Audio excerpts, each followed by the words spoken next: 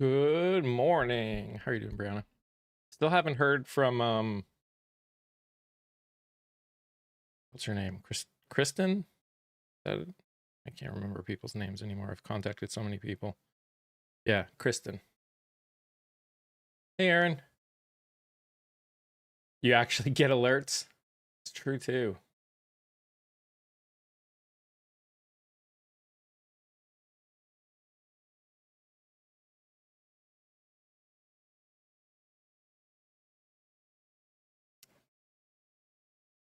I mean, they're blaming hey Angel, they're blaming the Democrats because they don't want to be blamed. Good morning, Melissa. How are you? I mean, the fact that they don't want to take responsibility, shocker. Good morning, Aaron.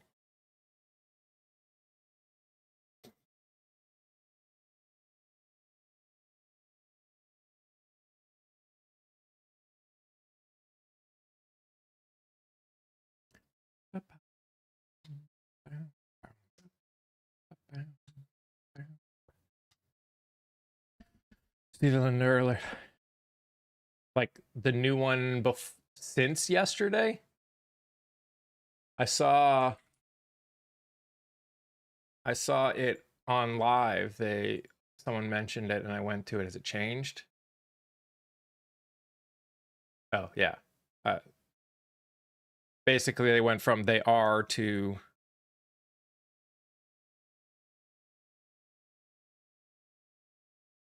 want to ruin this country. Okay.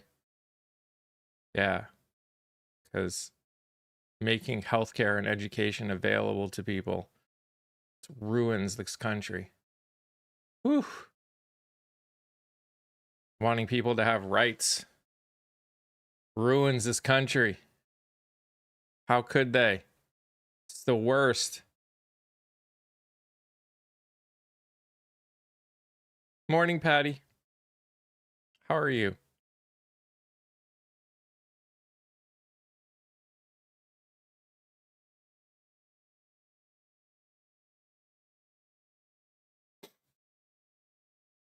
How dare we want basic rights? I know, enchanted vibes. Jeez.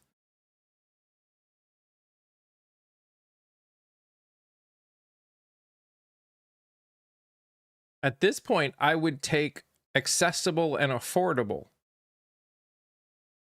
Like, I'm not even sitting here like massively like pushing for single pair. I mean, yes, I think we should. I think it would be cheaper for everyone if we did it. But in the end, I just want accessible and affordable.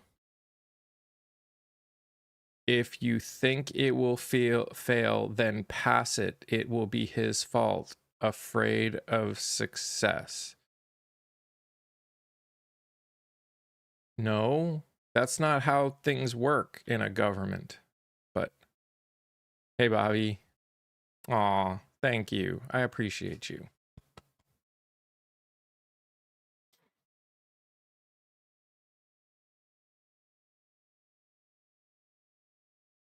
Hey, Lisa. Good morning.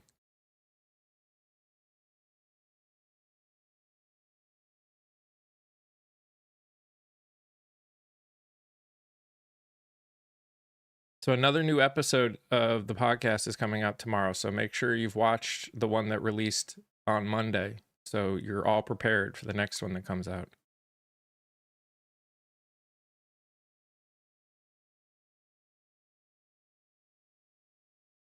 And there's this thing, David, about not wanting anyone to suffer and not wanting it to be anyone's fault. What do you think Lindsay Halligan's chances are she loses her law license? She's definitely she is definitely struggling in that case. To the point where a lot of people are suggesting it may not even make it to court. It's that bad.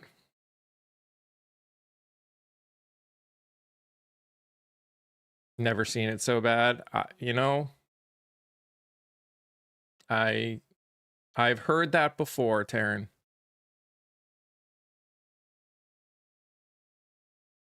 Correct.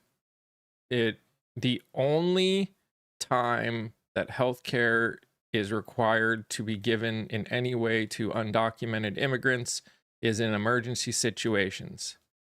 The left never takes accountability. The left aren't running the government right now.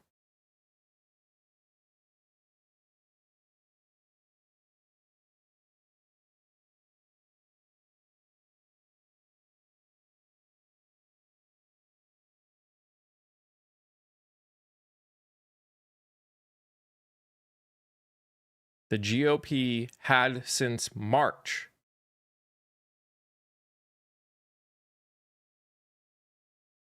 the GOP are in charge of the government. They did not work with any Democrats to make this, and they knew they would have to.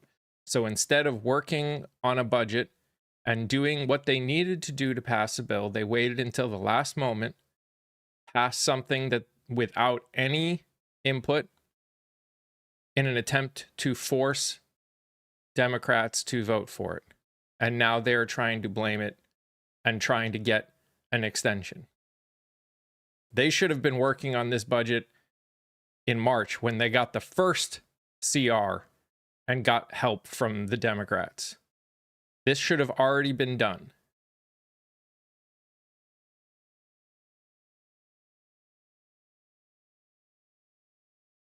It's not the Democrats' fault that they decided to wait until the last minute. It's not the Democrats' fault that Mike Johnson put the House on recess for half the month. I'm more than willing to blame the Democrats when they screw up. Done it many times. This is not. I listened to Legal AF yesterday. Comey issue is pretty much dead in the water. Yeah, Angel. Leah, I'm sorry.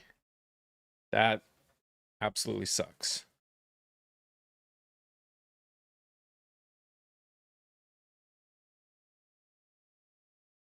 That is the unfortunate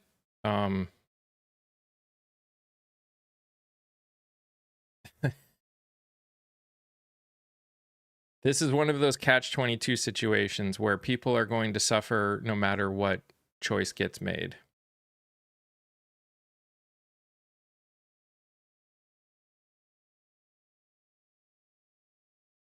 But your sister-in-law is, yeah. To get off of it? Get off of what? Schumer is not running.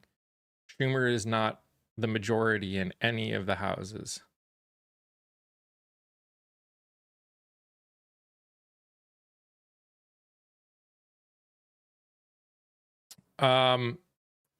Well, I don't know if Medicare and Medicaid will suffer because of the shutdown. I don't know if those don't go out. Unfortunately, I cannot tell. Our fourth government shutdown as a family, couldn't be more disgusted. Yeah. Yeah, Chex Mix. Yeah.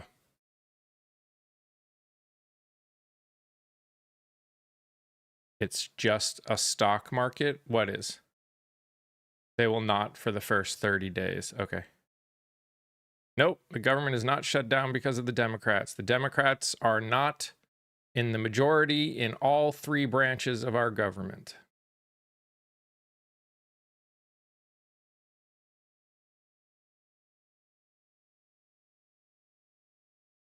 No, it's not. The Republicans could have been working on a budget come March when the Democrats helped them pass a CR in March. But they didn't. They knew they would have to work with Democrats to pass it because they knew they would need 60 to get past the filibuster. And instead of working on the budget starting in March to get done what needed to get done, they waited until the last moment to pass it to try and force Democrats to vote for it.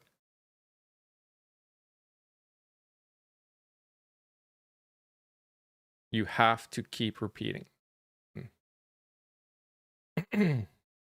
No. They knew that they would have to get this done, and Mike Johnson basically put the House on recess for almost the entire month. And they didn't work with the Democrats at all.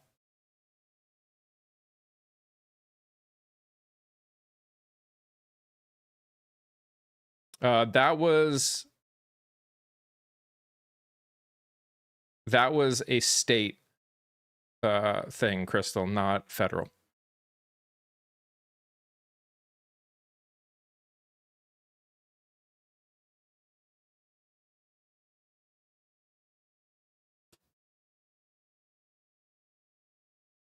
Not Schumer. Schumer is not in the majority in any branch of government right now.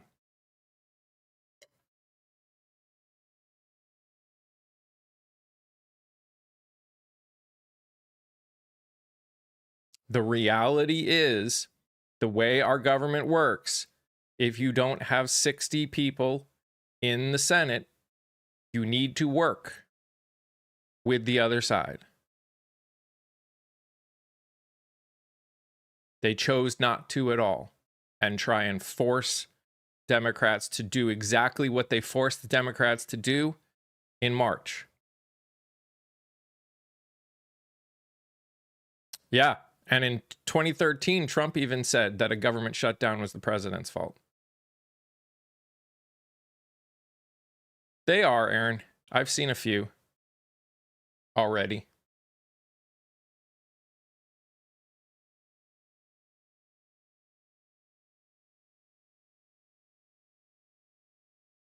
What do you think about people starting civil disobedience?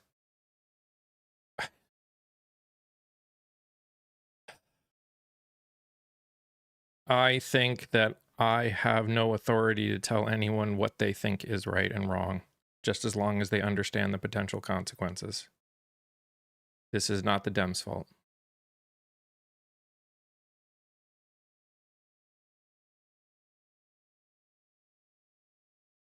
Work for the school district, and when it comes time to get health care, yeah.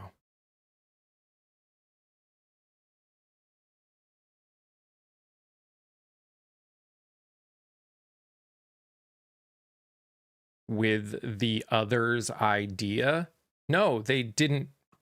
The Republicans did not talk to Democrats at all when they created the bill, even though they knew they would need Democrats' vote in order to pass it. So no, it's not the Democrats' fault. They're not in the majority. The majority's job is to pass a budget. They didn't start even working on a budget until like a month ago. I miss when I thought George W. was the worst president we possibly could ever have. Seriously. Oh, I'm sorry, Mandalorian. Yeah. Yes. Small rabbit. Yes.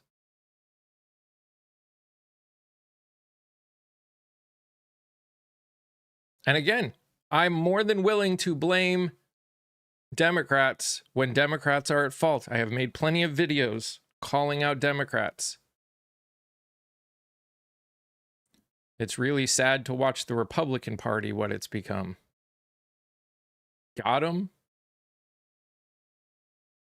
Hey, Clara. Good morning.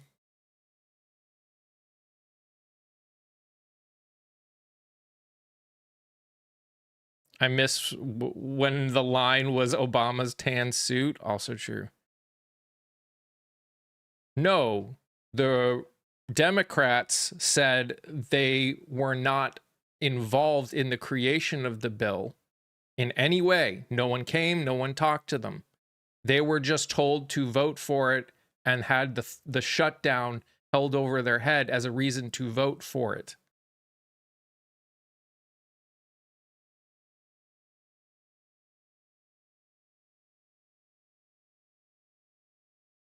That's not how government works.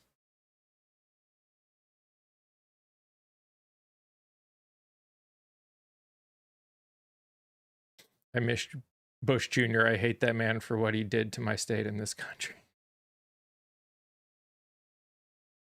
This is a great reminder for me to take my meds. Yeah.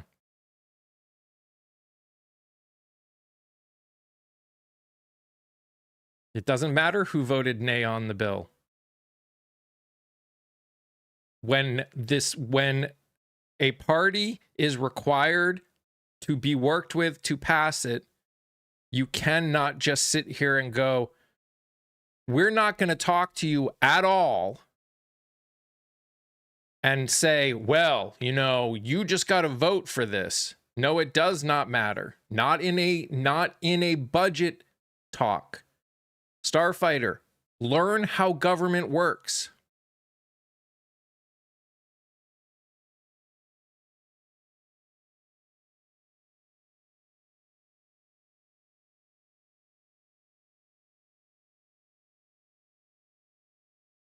Stop blaming the other side just because you've been told not to like them, or just because you disagree with them.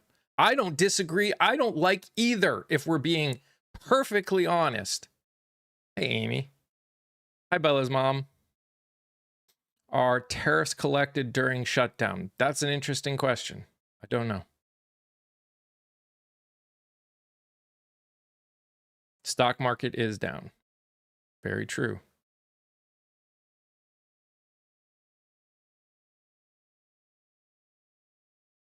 Will we get a Spirit Halloween in DC now? Ah, maybe. I know what's going on, and you do too. Get real and stop. You obviously don't, because you're making statements that are objectively false. The Dems did not shut down the government. It is the Republicans are in the majority in all three houses. It's their responsibility to pass a budget. They know they need 60 votes in the Senate in order to pass the filibuster.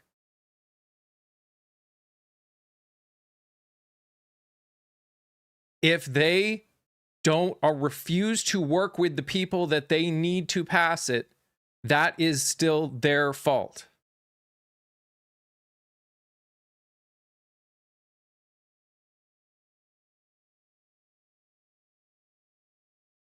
The Democrats didn't shut down the government. The Republicans did. Stop blaming the Democrats for something that the Republicans are doing. They didn't get talked to. It's not a cooperate thing.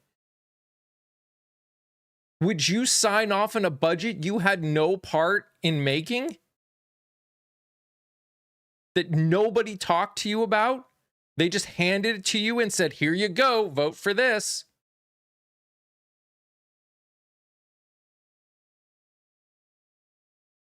Playing in the sandbox is hard.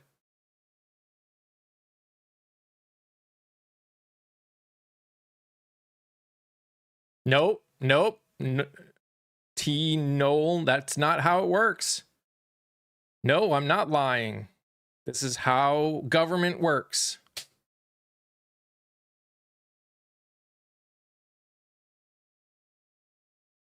If you need the other side, then compromise is necessary. Both sides have done it forever.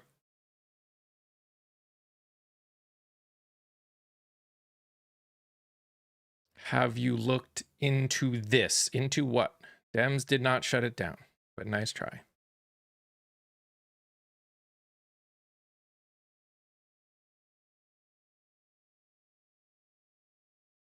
Explain the healthcare thing they're talking about. The GOP? The Democrats want the money that they pulled from healthcare, from Medicare and the Affordable Care Act back in the budget. No matter what, the GOP are lying in the sense of none of that money goes to undocumented immigrants. It is actually illegal for it to go to undocumented immigrants. The only part of what they want put in is the requirement in emergency situations, because we have humanity, that we help people in emergency situations. Dems are the truth teller.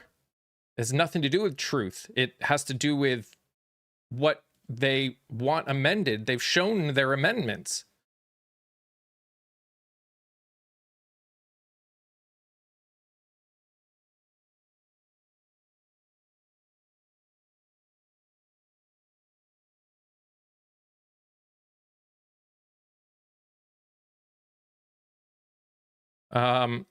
I'm thinking 21 days.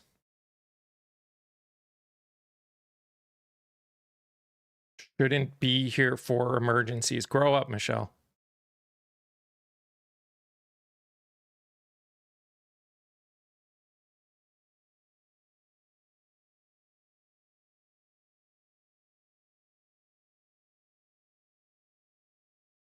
Oh, they still get paid, Foster.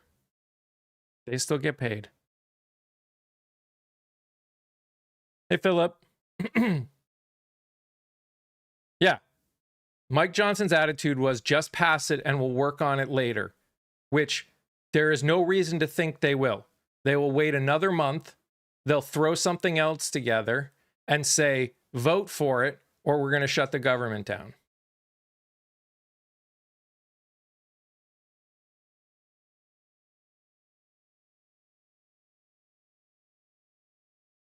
You're right. 21 days will break some people. Okay. Bye. They were already firing employees. Extremely worried about the midterms. Dems hiring conservative consultants is making me more uneasy. Look, I understand. In the end, we gotta, hey Rip, you vote for who in the primaries for who you think is best, and you vote for midterms the one that aligns with your fundamentals. That's all you can do. Last presidency did the same thing. Yeah, and I complained about them passing CRs back then too.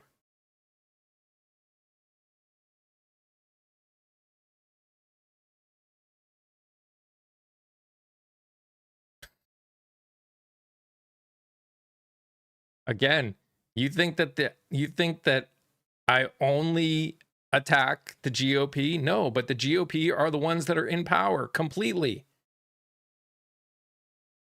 Dems won't comply. That's not how government works. Grow up. It's not a comply thing.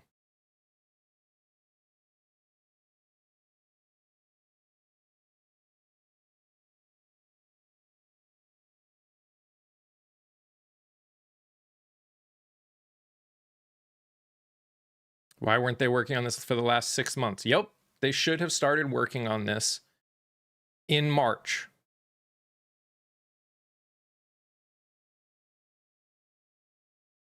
Are we still doing the Dems versus Republicans charade? I'm not sure what you think our choices are until we do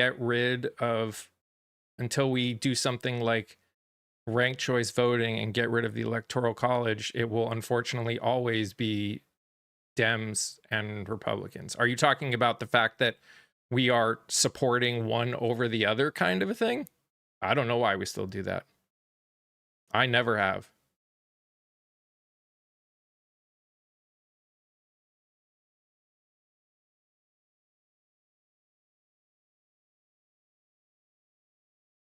Include them in the shutdown. It'll be over in 24 hours if they don't get paid. Maybe.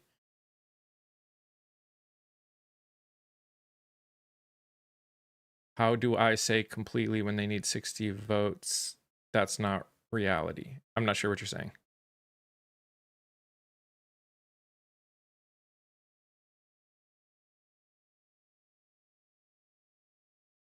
Oh, so the files wouldn't come out? It's definitely delaying it. It won't stop it, but it's definitely delaying it. All I know is we're living in a scary world. Melissa, you're not wrong. It's crazy that they get paid and shut down. Yes. And after that speech he gave in front of the generals yesterday, it's extremely concerning. Sure is.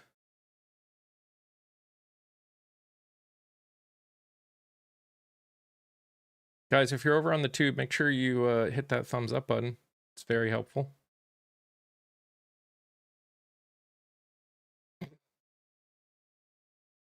Being proud of who you are is not stupid, and to the point, the GOP caused it.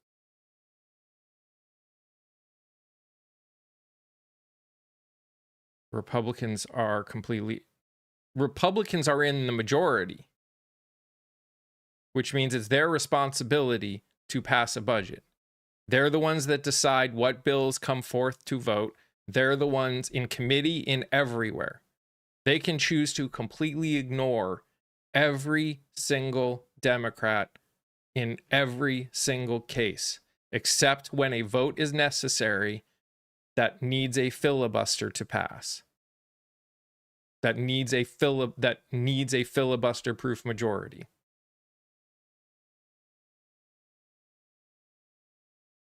The budget is one of those.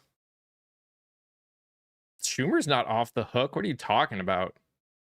You think just because he finally got a backbone that I'm not going to push for Schumer to be primaried? Hell no. Schumer's getting pushed to be primaried the second he's up for re-election.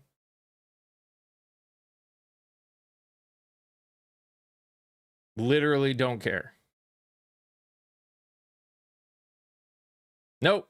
Not Dem shutdown. GOP are in the majority. No. Both sides are not responsible. Only one party is in the majority in all three branches. No, the GOP want to force the Democrats to vote for their version of a budget when they did not work with the Democrats on any part. You're right. They filibustered the CR, and I would have too. They are in the majority, which means it is their responsibility to pass the budget, and is their responsibility to work with Democrats if they want to get it passed in the Senate. You're right, which means they need to work with them, and they did not work with the Democrats at all. There was no interaction until literally the last moment, so they could try and force Democrats to vote for it. They didn't work on the budget in March when Democrats helped them pass the last CR.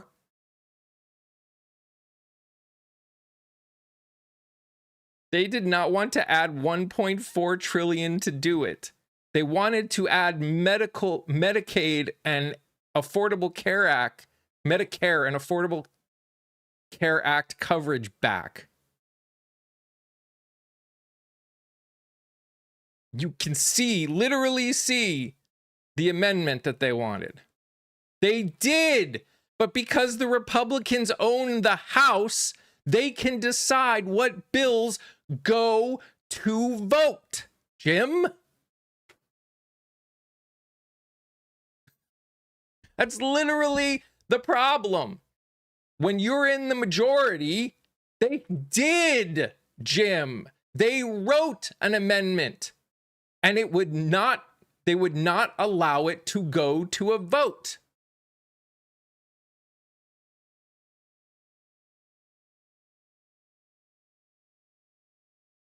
There is no problem. The problem is they took out money from the budget through the big, beautiful bill, which, again, they did not work with any Democrats on. And now the Democrats are saying, you want us to pass a budget, you need to put some of that back.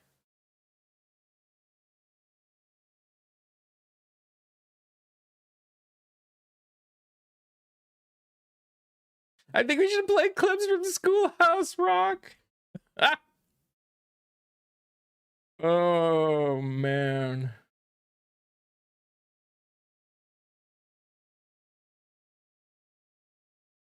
And again, thank you. Again, I am not a fan of the Democratic Party. I've been an independent my entire life. I call out bullshit when I see bullshit.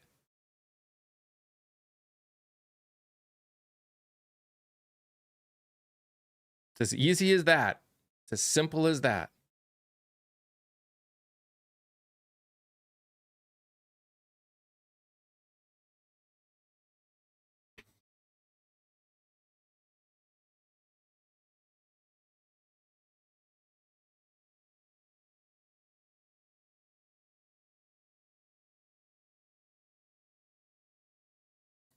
I'm just a bill. Yeah, I'm only a bill. Sitting on Capitol Hill.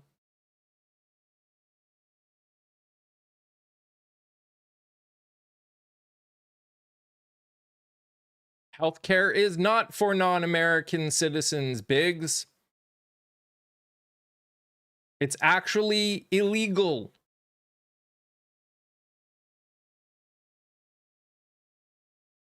A law was passed in the 90s.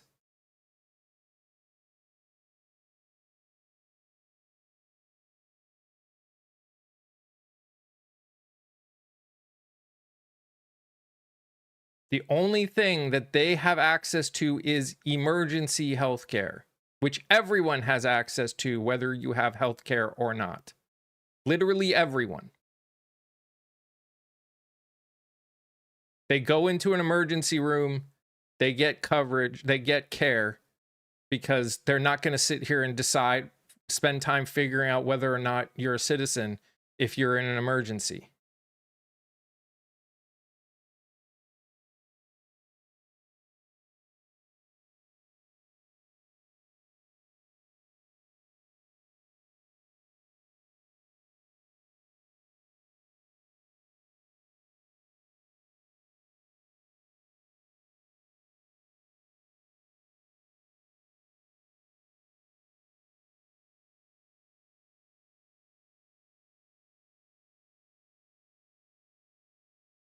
That is not what the 50 billion is for.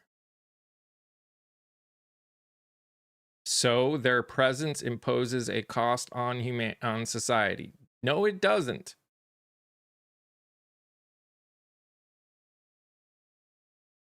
I have no issue with that, SB.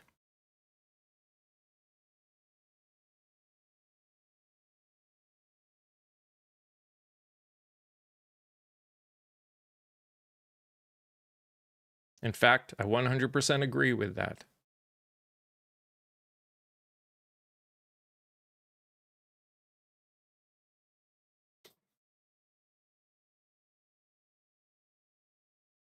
It is true for all states. You cannot, no undocumented immigrants can get Medicare or ACA coverage, which is all that the Democrats are trying to get money back for. You're talking about states, that's different. You can have a conversation. You can talk to your states about what they're willing to do. I'm talking about Medicare and Affordable Care Act coverage.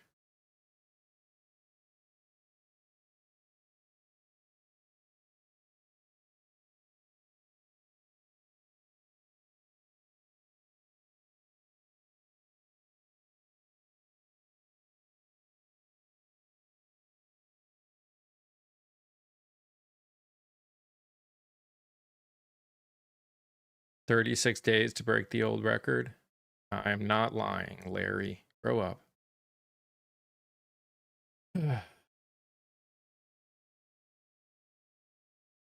Yes, Philip. That is what the ACA says.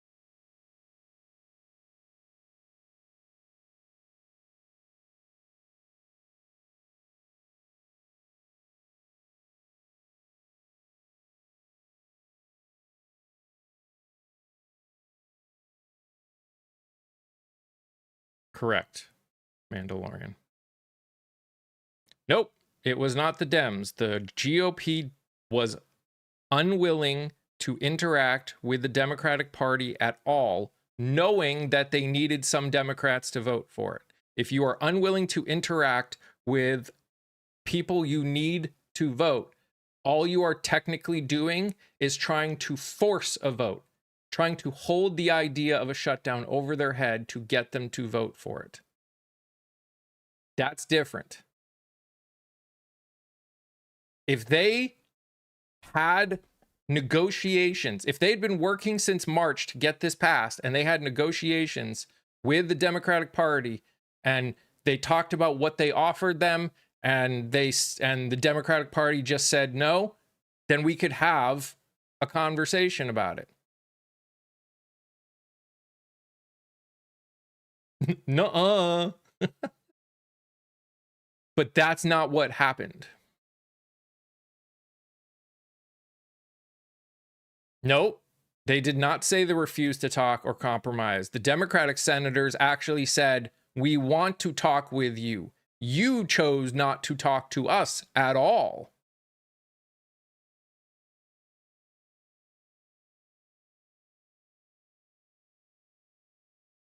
I'm not lying. That's literally what they said. They have said multiple times that they chose, that this was written without any Democrats involved.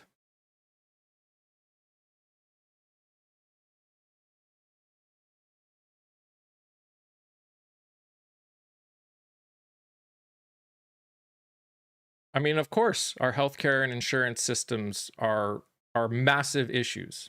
No argument there either.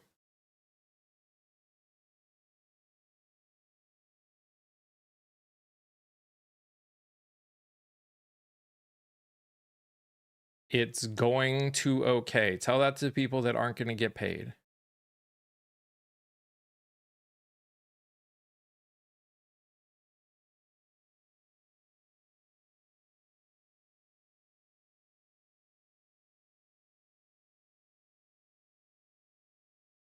Democrats are not holding the people hostage. The Democrats are not in the majority in any position, and the Republicans did not work with the Democrats at all when writing this bill. And they wrote it last minute, and then they went on holiday for like most of the month to try and force the Democrats to vote.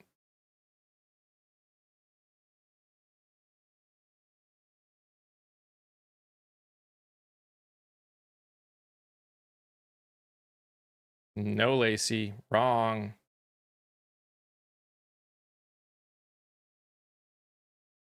Again, have I blamed the Democrats for their choices on things in the past? Yes, and will continue to, because I don't care what party you are in.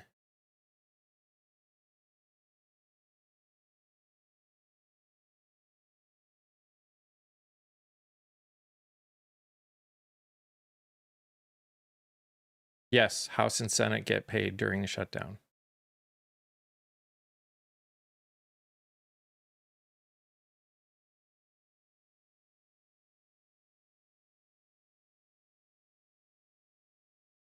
How was it the GOP? The GOP are in the majority. It's their responsible to pass a bill. They didn't start working on it until a month ago and then push something through without talking to one Democrat, even though they knew that they would need the Democrats in the Senate to pass it, and just went on vacation and said, here you go. Here's your only choice.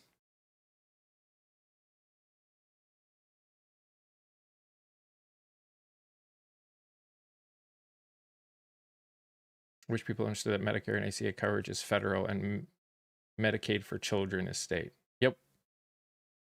And to get this pushed, and then came back in November, December. Meanwhile, the rest of us are having to make insurance decisions now. Yep.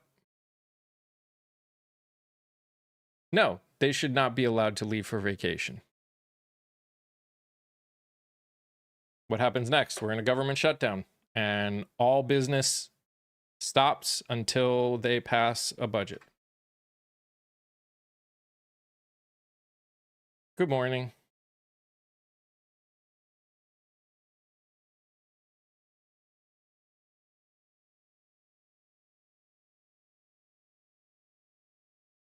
Do I have insurance premiums? Of course I have insurance premiums.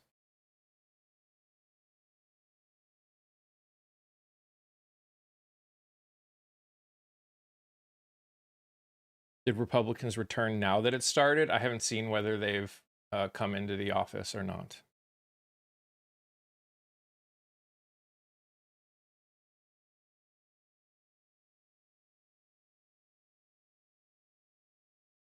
Vacations during trying time. Sure, Linda. It's always happened. Yep.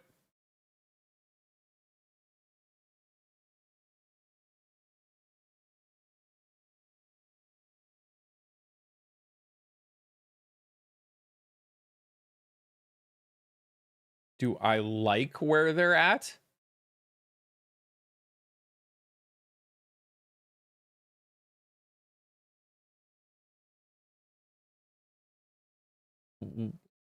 Why would I like where they're at or want to pay more?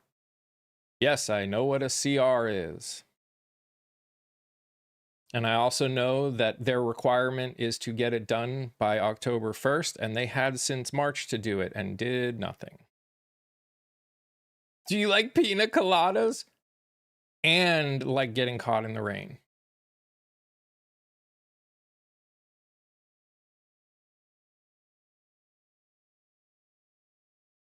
Is the next vote for the bill in November? I mean, I'm not sure they've got it on the list when they're voting for it again.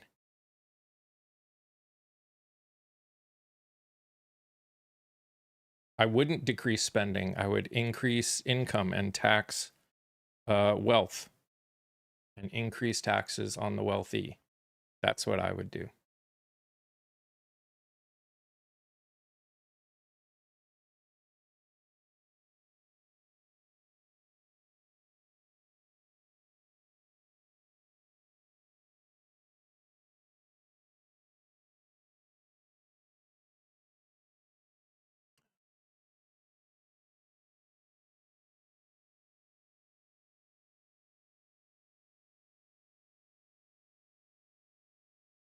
Because they worked harder and smarter? Give me a break. They did not work harder or smarter most of the time. Remember when Trump said he had a plan to replace the ACA in 2 weeks? That was 7 years ago. Still waiting. Yup. Last time we had a balanced budget pass was 2001. Truth.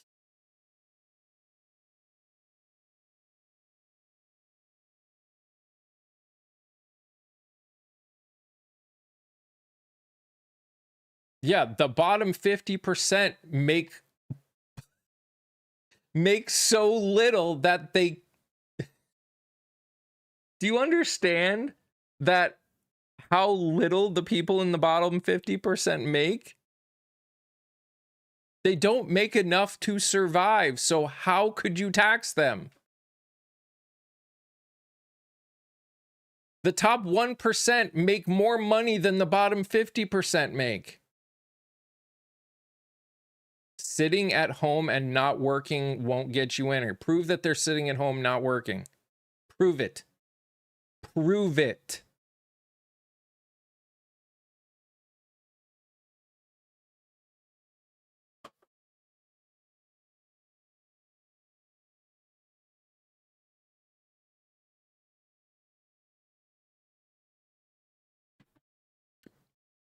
And you only get taxed on income, not wealth. You only get taxed on income, not wealth.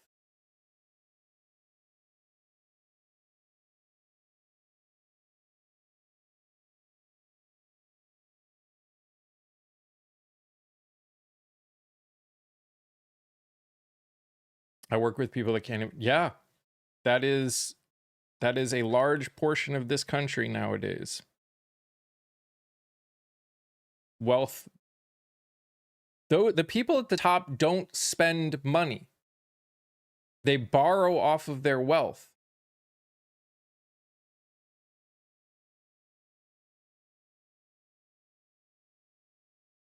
No, you just aren't allowed to hold on to your wealth forever.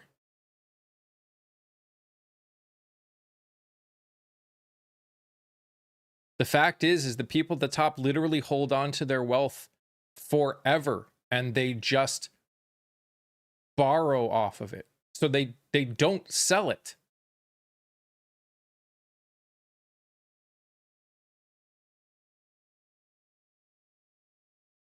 The point is to encourage that money to go back into the economy, to them not to turn it into wealth, but to give it to things like employees.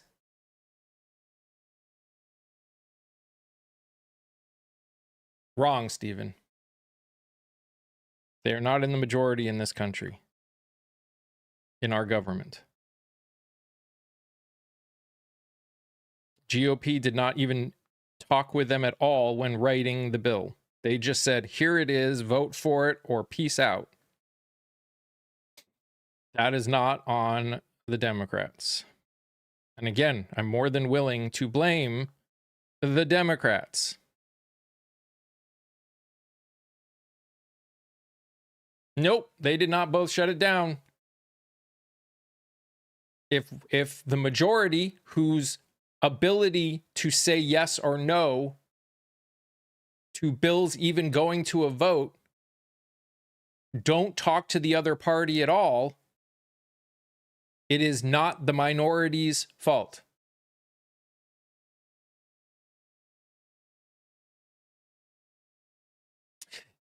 It's time to party. It's time to party. We'll change this. Wow, there's so much disinformation in the chat. It's wild. This happens every time we get a government shutdown. Let's be fair. Or even there's talk of a government shutdown. This is what happens. It's true. So one of the things that we were talking about is the 1%. People love bringing up that they work harder, that they do more, that they are engaged in more risky behaviors, blah, blah, blah. One of the measures of the health and wealth of an economy is how quickly money moves through a market. What we've seen across all of the global countries in the world that have billionaire classes and millionaire classes is that those two classes of people spend less and negatively impact all economic growth because they hoard wealth. Yeah. They slow down the velocity of money, which you can literally Google velocity of money and a formula will come up. They slow that down in favor of borrowing against their own money.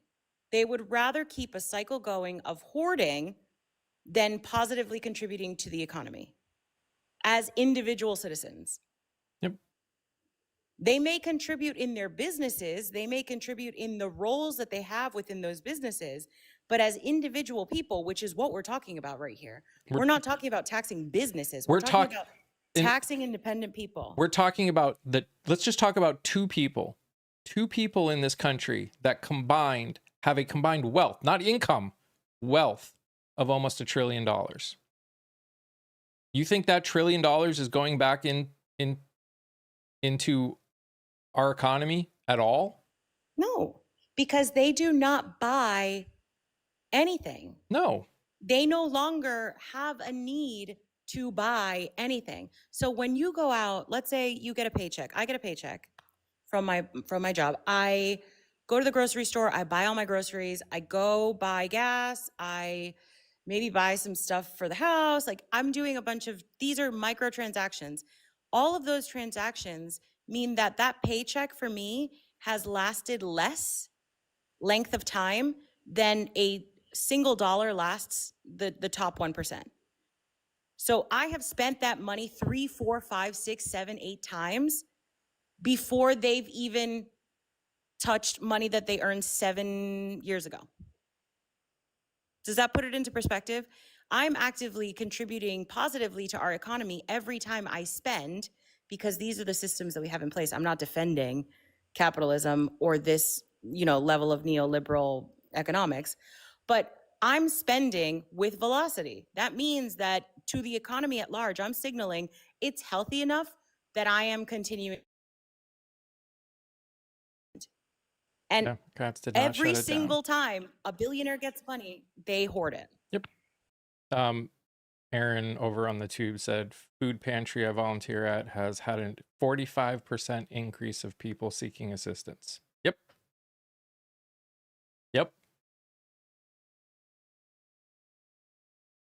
We are in the problem in this country right now of there being more people looking for work than there are jobs available. Someone asked me why they hoard money, and I just want to answer it. They hoard money in order to continue borrowing against it.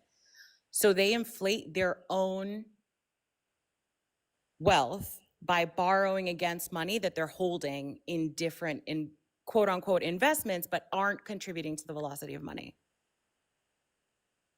Life insurance policies, stock buybacks, any number of things. These are not transactions. These are loan originations that happen because they borrow against that wealth. No one is expecting the government to give them stuff, Clobber. Grow up. Please. Stop listening to Fox News. Or the president, who has been who literally started his entire career off being given stuff. You think he earned his money? He was given his money. He didn't do anything to earn it.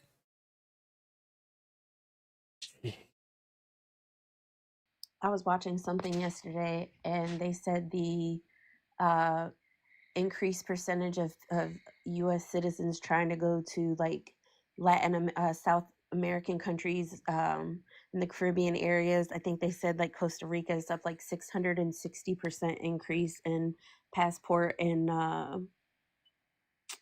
oh my gosh, what's the word? Oh, not like citizenship, but when you live somewhere. What did I inherit from my father, Clobber? What did I inherit? Tell me. What inheritance did I get?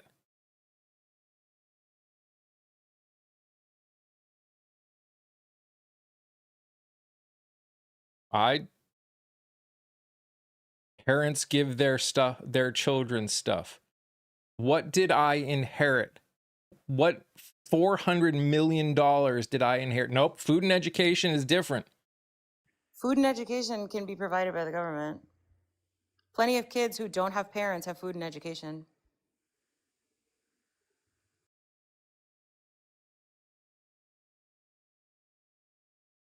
No.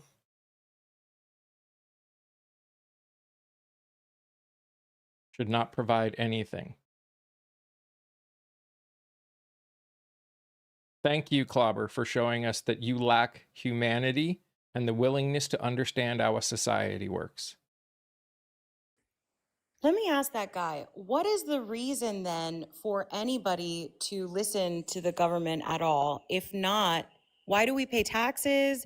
Why is all of our income doxed or docked, excuse me, to the government? Why do we have niceties with our neighbors? Why do we have roads? If the government is not meant to provide us with anything, why do any of these things exist?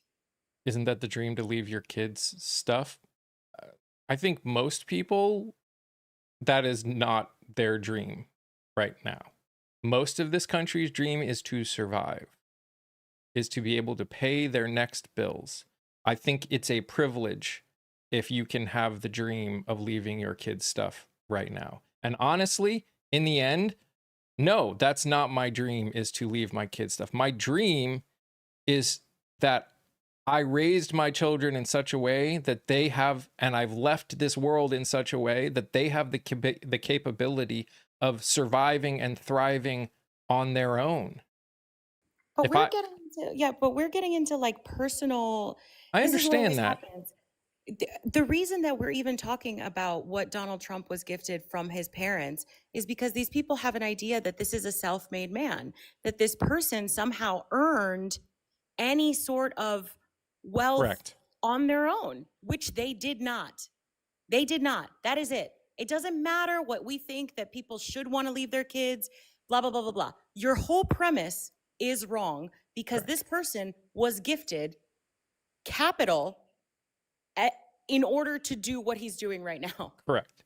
And again, basically, sure, everyone, it would be great if everyone could leave their kids stuff to make life a little bit easier as they pass. The problem is people act as though this guy, the guy in charge of our government, was just a hard worker, you know, pulled himself up by his bootstraps. He understands the average person. He doesn't. He has been wealthy his entire life. He hasn't had to work for anything. The man bankrupted 6 casinos and is still okay. If that isn't the epitome of privilege, I don't know what is. Right. And they're going to, the argument that they're going to make is like, well, he's exposing tax loopholes and that's why he was able to do what he's doing. And it's smart of him to like, if that's there, he should take advantage of it. And guess what? He made multi-million-dollar whatever. You are saying that the reason that you venerate this person is because they are actively cheating the system and that they have gotten to where they are by exploiting it. So anytime that you defend him because he was able to bankrupt stuff and come out on top, what you're admitting is that given the chance, you would cheat and steal all the time. You would cheat, steal, exploit other people, subjugate other people to Yes. make yourself more money. And I don't argue with those types of people. Yep. By the way, before we keep going, if you haven't clicked here, please click here. Also, I'm live here and over on the tube. We're trying to grow over there because who knows what this app is going to be like once it gets taken over by whoever is really going to own it. And whether or not I will be able to keep doing what I'm doing. So if you like what I do here, I also do long form content over there. Just had an episode release a couple days ago. You should check it out. Please consider joining over there. There's like a dozen people over there right now. You can go talk with them. Over where? On the tube. On the tube. Nope. Dems did not shut down the government, but good try. Hey, Jeremiah. The U of tube. The tube of you.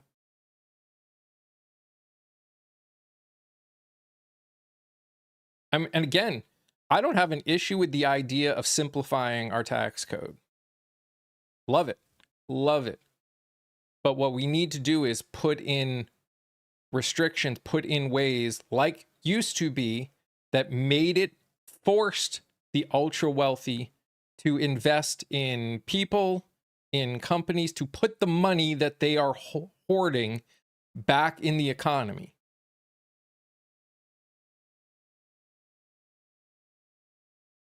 That is the ultimate problem.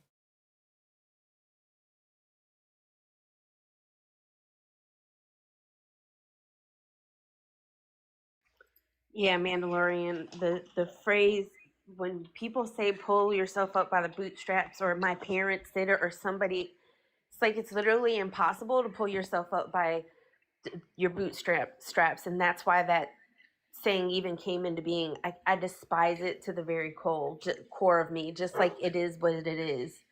Chip, those people are so dismissive. Chip, I need you to hear me here, okay? And again, they are, you hear both sides blaming each other, and I guess I can understand why you would think it is both sides. Because you are right in your secondary statement that they are supposed to be adult grown-ups and work together. Here's the problem, and here's the thing that people do not understand about our government. The Republicans have the majority in the House, in the Senate, and they have the presidency. In order to pass a budget bill, it is known that they need to have 60 votes in the Senate. By its nature, that requires them to work with Democrats to get their votes. They chose not to talk to any Democrat one time until literally the last day, and it was just to force them to try and convince them to vote through, because all they have is, oh, it's just 7 weeks, it's just 7 weeks, it's just 7 weeks.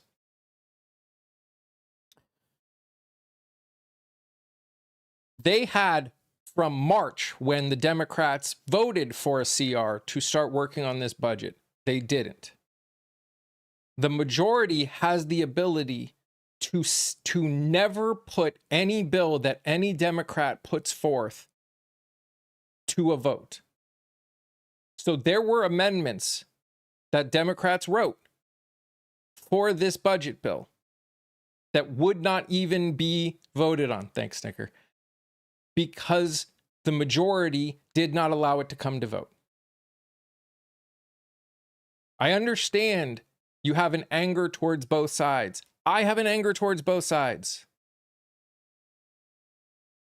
It's not.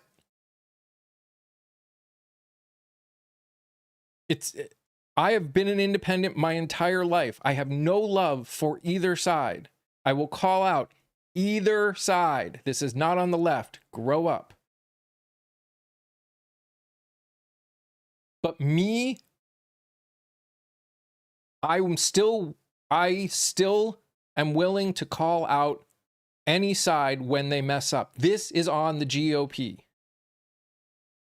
It's just a fact. It is on the GOP. So when the Dems held control and the Dems caused a government shutdown, according to the GOP, it was very clearly the Dems' fault because they held control. And all of a sudden, y'all forgot that that is the way it works. Whoever holds control holds fault. Our current president, back in 2013, in an interview, said that if there is ever a shutdown, it is the president's fault.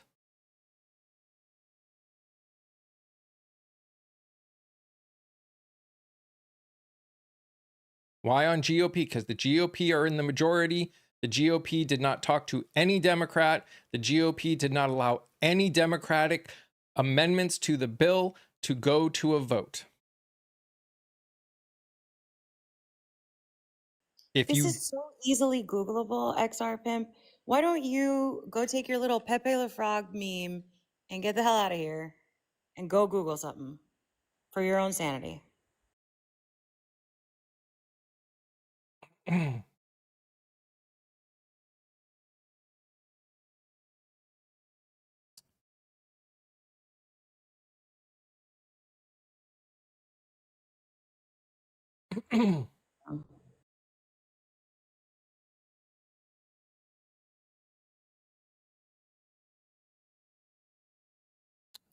I would disagree.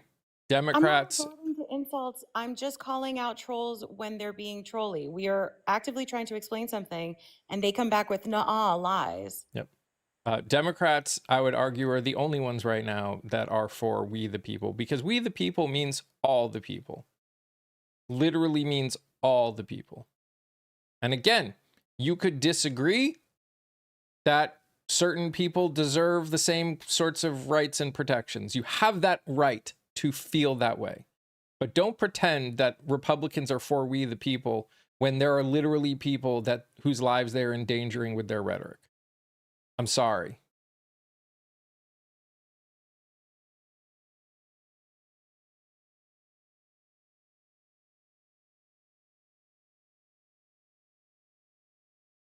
Hey, Doug.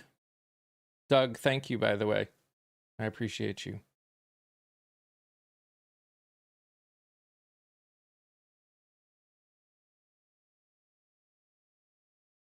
Hi, Jennifer.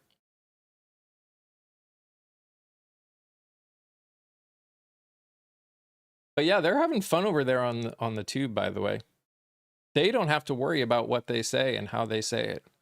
And I found out yesterday, I went on someone else's live and I wrote like 15 things and I scrolled out and scrolled back in and found out all of them. And literally, I was responding to Scott. Scott asked me how long I thought the shutdown would be for. And I said, I think 21 days. That's what I wrote. And that got filtered out.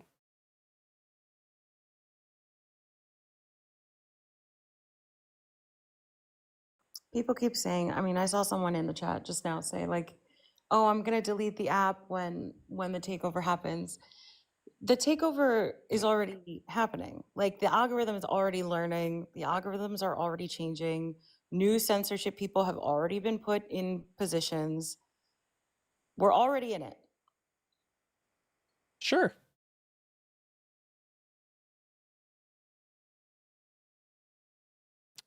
I also think it's hilarious still that that video that I posted yesterday has gone as crazy as it's gone. I mean, Bad Bunny is literally the best. I understand that, but That I was such a still good wasn't format too. expecting it to go crazy. Aw, you mute people for a different opinion. I'll be back. No, you won't. Goodbye. Like, what do they think I'm gonna do when they say that? There are plenty of people here who have a difference of opinion. It's just the constant trolling. If you show up with a freaking Groiper meme as your profile picture, It wasn't even that person. oh, the other guy. Well, theory, I blocked somebody or whatever in Mike's live. It had to have been on Monday because when I went live, they came in my chat and were like, "Well, you blocked me on that other live earlier this morning." Oh my God, I've had people come into my DMs. Yeah, he's like, "You love immigrants," but he said Like it in censor. Spanish. Yeah, what about I'm free just like, speech? What about, I'm like, I'm not the fucking government. What Well- about free speech? What do you want? if you But- come in and you tell me I blocked you in another space, why do you think I'm not going to block you in my own? But this is why I'm saying, guys, for everyone here, if you like this kind of discussion, if you like the kind of stuff that we do, go check out. Like I said, there's a reason why I'm live on both at the same time. It's to try and make the transition more mo better for people. How is it the GOP? The GOP are in the majority.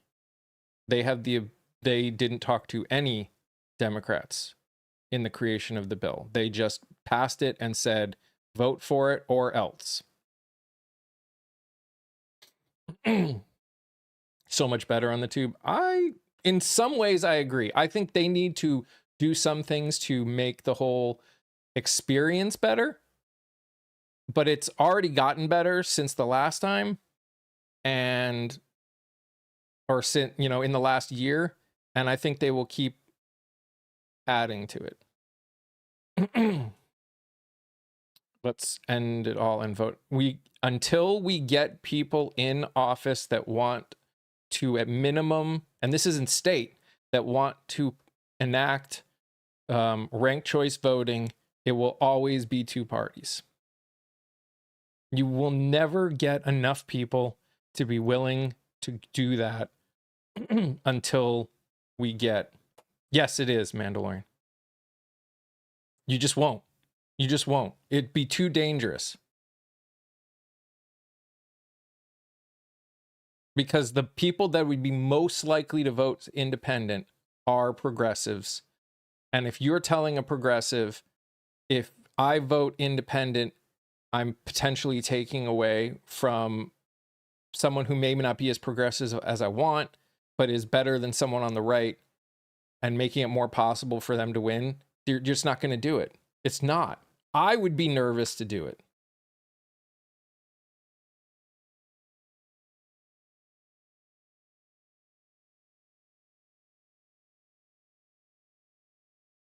And Jody, I know what you're trying to put. You're trying to put my name either. When people type my name for the first time, most of the time you're either going to get Kenya, like the country, or you're going to get Kia, like the car, or you're going to get Keys. It's one of those three. See, here's sorry, keep finish. It's either Keys, Kia, or Kia, but like the car, or Kenya. It's never, even in my phone, it kept trying to autocorrect me until I saved it. Sid, I've heard some people say that the Republicans want this. This is what they want. They're getting what they want. My only pushback on that is, if they were getting what they want, why would they be pushing the narratives in the way that they're pushing it? Like, they always are going to push a narrative. Don't get me wrong. But the direction they're going is so far and so almost intense that I'm not sure they want it. Now, could it end up being more successful than anything's possible? Sure. The future is unknown, but I just don't think. I think if you look at the past, the people that shutdowns have tended to look worst for have been Republicans, because they're the ones that are usually unwilling to work across the aisle. Just I think there's two things here. I think the GOP can want the shutdown because it prevents voting on Epstein files stuff. sure. Think that they can have motives for why a shutdown is needed. I don't know that they want it, because if they did want it, the propaganda blitz would be less. So I think they are resigned to needing a shutdown, but they don't necessarily want it and have to put messaging out there constantly to make sure that their people know, A, it's not my fault that, you may experience something terrible. B, here's another opportunity to hate the Dems even more. Yeah. I think that there's a difference between them needing it strategically for their political goals and wanting it, and I don't think they want it.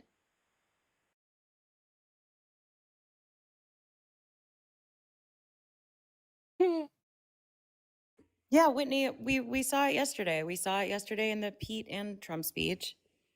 They really want to push the narrative that there's a quote unquote poison within, that there's a war within, that anyone who has dissenting thoughts is somehow a T word.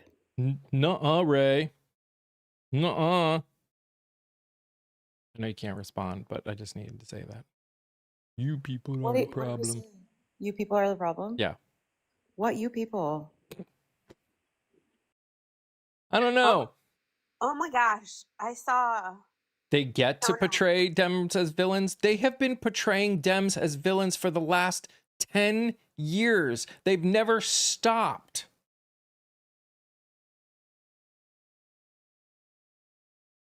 Sorry. I was, after the live and stuff, I ended up seeing some of Kegsbreath's speech, and holy fucking shit. It's like he speaks better with more energy for sure than the orange one that spoke after. But the stuff he was saying is absolutely mind blowing. And he said it with a smile.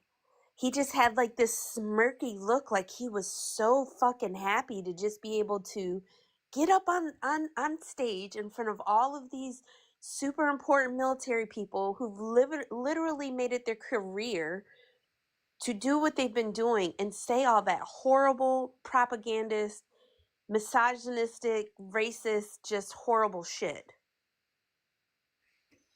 That glee is what Trump voters have.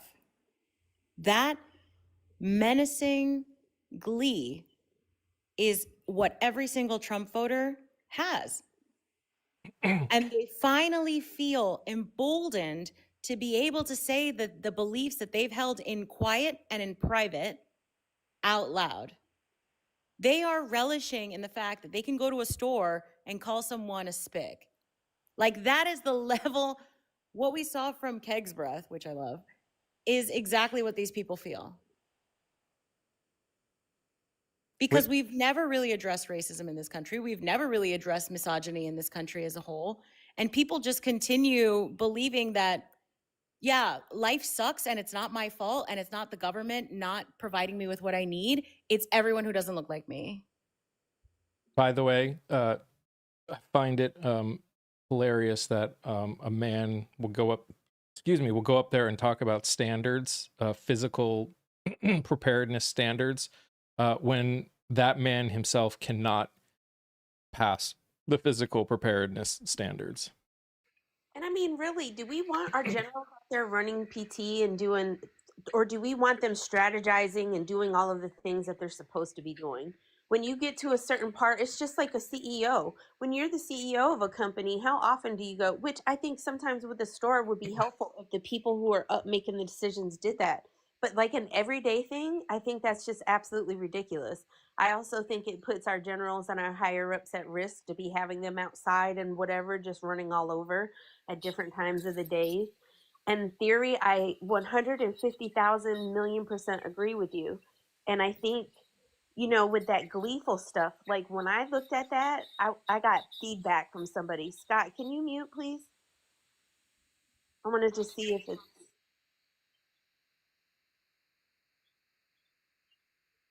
okay. Let me see. All right, it's gone. Um, because I don't have anything on.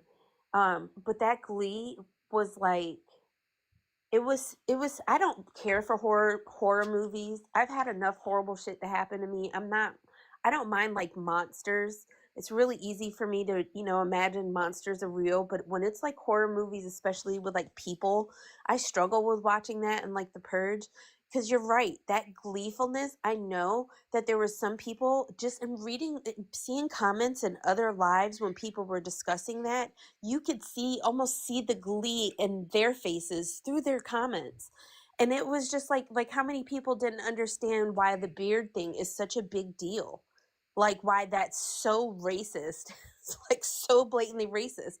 People don't understand. You don't have to call somebody a slur to be racist. Racism goes way above and beyond that. No, and I would argue the more dangerous are the the ones that they can slide in without anyone realizing. Because, like, do people understand, like, for one thing, why this shaving thing is such a big deal for especially black men? Black men cannot shave every day. Their hair, if they try to shave every day and stuff like that, it will jack up their skin. They can't do it. Then you also have religious people who do not shave and have had beard exceptions. I think, like, listening to those words, I really felt like we were watching an in color version of a shorter man in Germany back in such and such a time. It just reminded me of that kind of video, but just in 2025, live and in color, shown around the whole world. Catalina, she's not making it racist by pointing out the ways that this is implicit racism. It is done on purpose. They know, again, this is someone who is gleefully saying the things he has wanted to say out loud forever and ever, but now feels emboldened to do so. They have had to operate in the implicit for a long time. Because their beliefs stayed the same. Excuse me, give me 1 second to finish. Their beliefs stayed the same, but they had to legislate in a way that made it seem like they weren't having those beliefs, because otherwise people would have called them out for it. Which is why they get off on saying things like, oh, we have to remove all beards. Why would it be an issue to have beards in the military if not because of religious exemptions and racism? And why do you get to tell someone from the BIPOC community what is more or less inappropriate? That part. Like, you're telling someone else what they should or shouldn't, like, feel. He said a lot of inappropriate things. Yeah, Laura said it right. If that person thinks it's racist now, all of a sudden, and not because it was intentionally racist, why does it fucking matter whether or not our military have beards? Why does it matter? It doesn't impact combat. It doesn't impact visibility. It doesn't affect the seal of masks, which is the argument that they used to make, except scientists proved them wrong. What does it affect? If not, trying to get specific people to not be welcome in the military. And I also saw a comment that said my ex shaved every day. Yes, some black men can shave every day, but there's an awful lot that cannot. Like my son, like my biological father, like my daddy, like my uncles, like my cousins. So please don't. So again, guys, they did not get rid of the rules about grooming. They put in exceptions to the rule for people who had the issue. The problem is not that they want people to do something. It's that they are telling people that can't or shouldn't that they are no longer making exception for them because of a biological issue that they have no control over, that you cannot, that you are going to have to either suffer or you cannot serve our country in that manner. Why? What is the purpose? Control. That's the purpose. When he was literally up there saying, like, if you're not understanding what we're saying, please go back and re-listen and listen, to be open and listening and listen to what he was saying. Like, it stopped me in my tracks. It was so much hate. It was so, and that's the thing I don't think, and they sit there and they talk about the left being violent. I mean, we know that that's Oh, not real. And we know that they don't even think that half the time. We know that that's just like propaganda. By the way, Every time you try to prove that the right has been increasing its violence over time with data, they tell you you're a liar. It really doesn't matter. hi, Scott. Good morning. Scott, you were requested. Someone said what? No Scott today? good morning. I was busy. I had to. New Jersey Natural Gas says that you have to change your gas meter. So I ducked that for as long as I could. And they finally had to have it changed today. And they just sent one guy out there, a great guy. We had a lot of fun. But I have, my gas meter's 25 years old now. It's supposed to be changed every 10 years. It never has been.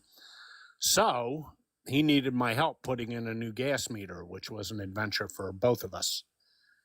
So, because it was where the gas meter was, it had settled. The land had settled about 2 inches over the last 25 years. So we had to take the whole damn thing apart and put it all back together. But we finally got it done. So I have my gas back on. So there's that. About the entire nonsensical 2 speeches yesterday, a couple of things. One, I find it amusing that a weekend warrior, no disrespect towards the National Guard, but they are weekend warriors, is lecturing 4-star flag officers about warrior ethos. And the second thing is that a 5-time draft dodger follows up that speech to once again educate said warriors. And the third thing is that I find it interesting that they're concerned about the weight of their soldiers or their clean shaven or their hair, when we should be worrying about what do they know about AI, what have they learned about drone technology. These are the issues that warriors are going to have to know to fight wars in the 21st century. Yeah. One would have thought that that would be their focus, and instead they're talking about haircuts. And again, the idea of our commander-in-chief suggesting that our cities could be used as training ground for our National Guard is, I mean, words can't describe how absolutely wretched that statement was. Apparently, the Office of Legal Counsel of the President of the United States hasn't told him about posse comitatus yet, so, which makes it illegal for him to send troops to American cities. But then again, I guess the law has become a fungible thing in this country. We don't seem to pay attention to most of our laws. So, Jill, millions of dollars. it was estimated by a defense analyst who used to do budgeting. I saw him, I think it might have been the New York Times or the Washington Post. He said anywhere from 6 to 10 million. This little gambit cost the American taxpayer to talk about haircuts and to talk about how bad Joe Biden was, which he knows that military personnel are supposed to not either applaud or boo or cheer or do anything. They're supposed to sit on their hands, which is what they did. Yes. Imagine how many kids could have eaten with that money. Yeah, I think 10 million feeds quite a number of kids. And by the way, I don't know if you get the New York Times, Mike or Kia. There is a superb article about your home state in there today, and about cuts to food that are being instituted starting on the 30th of this month. As regards the Medicaid, they're beginning their cuts now. They're not waiting until the end, and a great pilot program. They're not waiting until the end of 2026. A tremendous pilot program that has helped a lot of people in the, is there a town called Ashford or Asheville or something like that in North Carolina? Asheville. Yeah, the town of Asheville and its environs have a pilot program from Medicaid to feed and fix up homes for people who are on Medicaid, under the theory that if they are kept healthy and they are kept safe, that it will actually cost less money in the long run, and that has proven very successful. It has saved Medicaid a lot of hospital bills, and they cut the program. And now these people are going without food and without shelter. It's friggin' amazing. It's like if you give people the ability to eat and you lower some of the stress and all the other things that cause you to be unhealthy, that you lower your bills. Yeah, they had one of the recipients was a mother with her 15. Sorry about that. With You're her 15-year-old son, and the son has a condition that has necessitated, some water builds up on his brain, and that necessitates a very healthy diet. And it was working, and now she doesn't know how she'll be able to afford it, since her SNAP benefits have also been cut. Yeah. And she was getting, on a weekly basis, free fruits and vegetables from the federal government to help her son. And now that's gone, and her SNAP benefits are being cut in half. I want to use this line of thinking to talk to people in the chat who may believe that it's not our responsibility to pay for the healthcare of someone else. It is actively less expensive for you overall to ensure that your community and the people around you are healthy and safe, is what we're saying. We will never not pay taxes. We will never not pay taxes. The US federal government will take money from your paycheck without you ever having seen it come into a bank account, because that is the social contract that we have signed with this country. Where those taxes go is what's at hand. Those are the conversations that we're having. That money is already collected. That money is already there. So when you say things like, I don't want to pay for people's health care, and then you follow it up with, that's my money. No, it isn't. No, it isn't your money. It's the government's money by that point. Because you don't get to make line item decisions on where your taxes go before they're taken out of your bank account. Do you understand?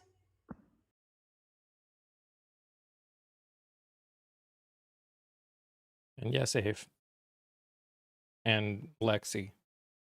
This is the thing.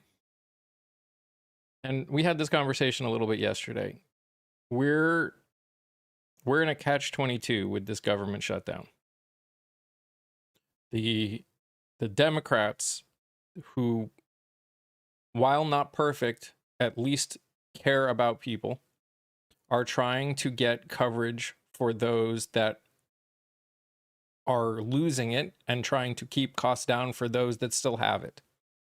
They're doing what they're doing to get that, to the potential detriment of themselves, because if they are successful, when people's new insurance premiums come through, they may not be as...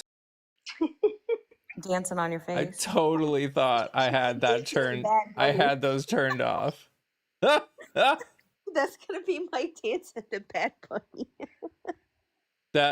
I mean, I'll have that on for other things, but I wasn't gonna have it on for this. But anyways, This is a catch-22 for the Democratic Party. What they are doing here is trying to help the American people. In this case, again, they aren't perfect. They've done things that I disagree with completely.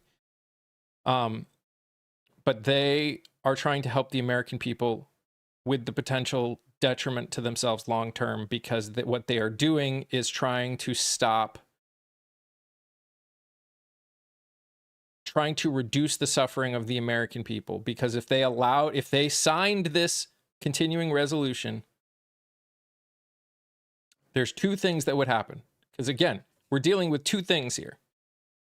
If they signed this, so they didn't get worked with, they didn't sign the continuing resolution.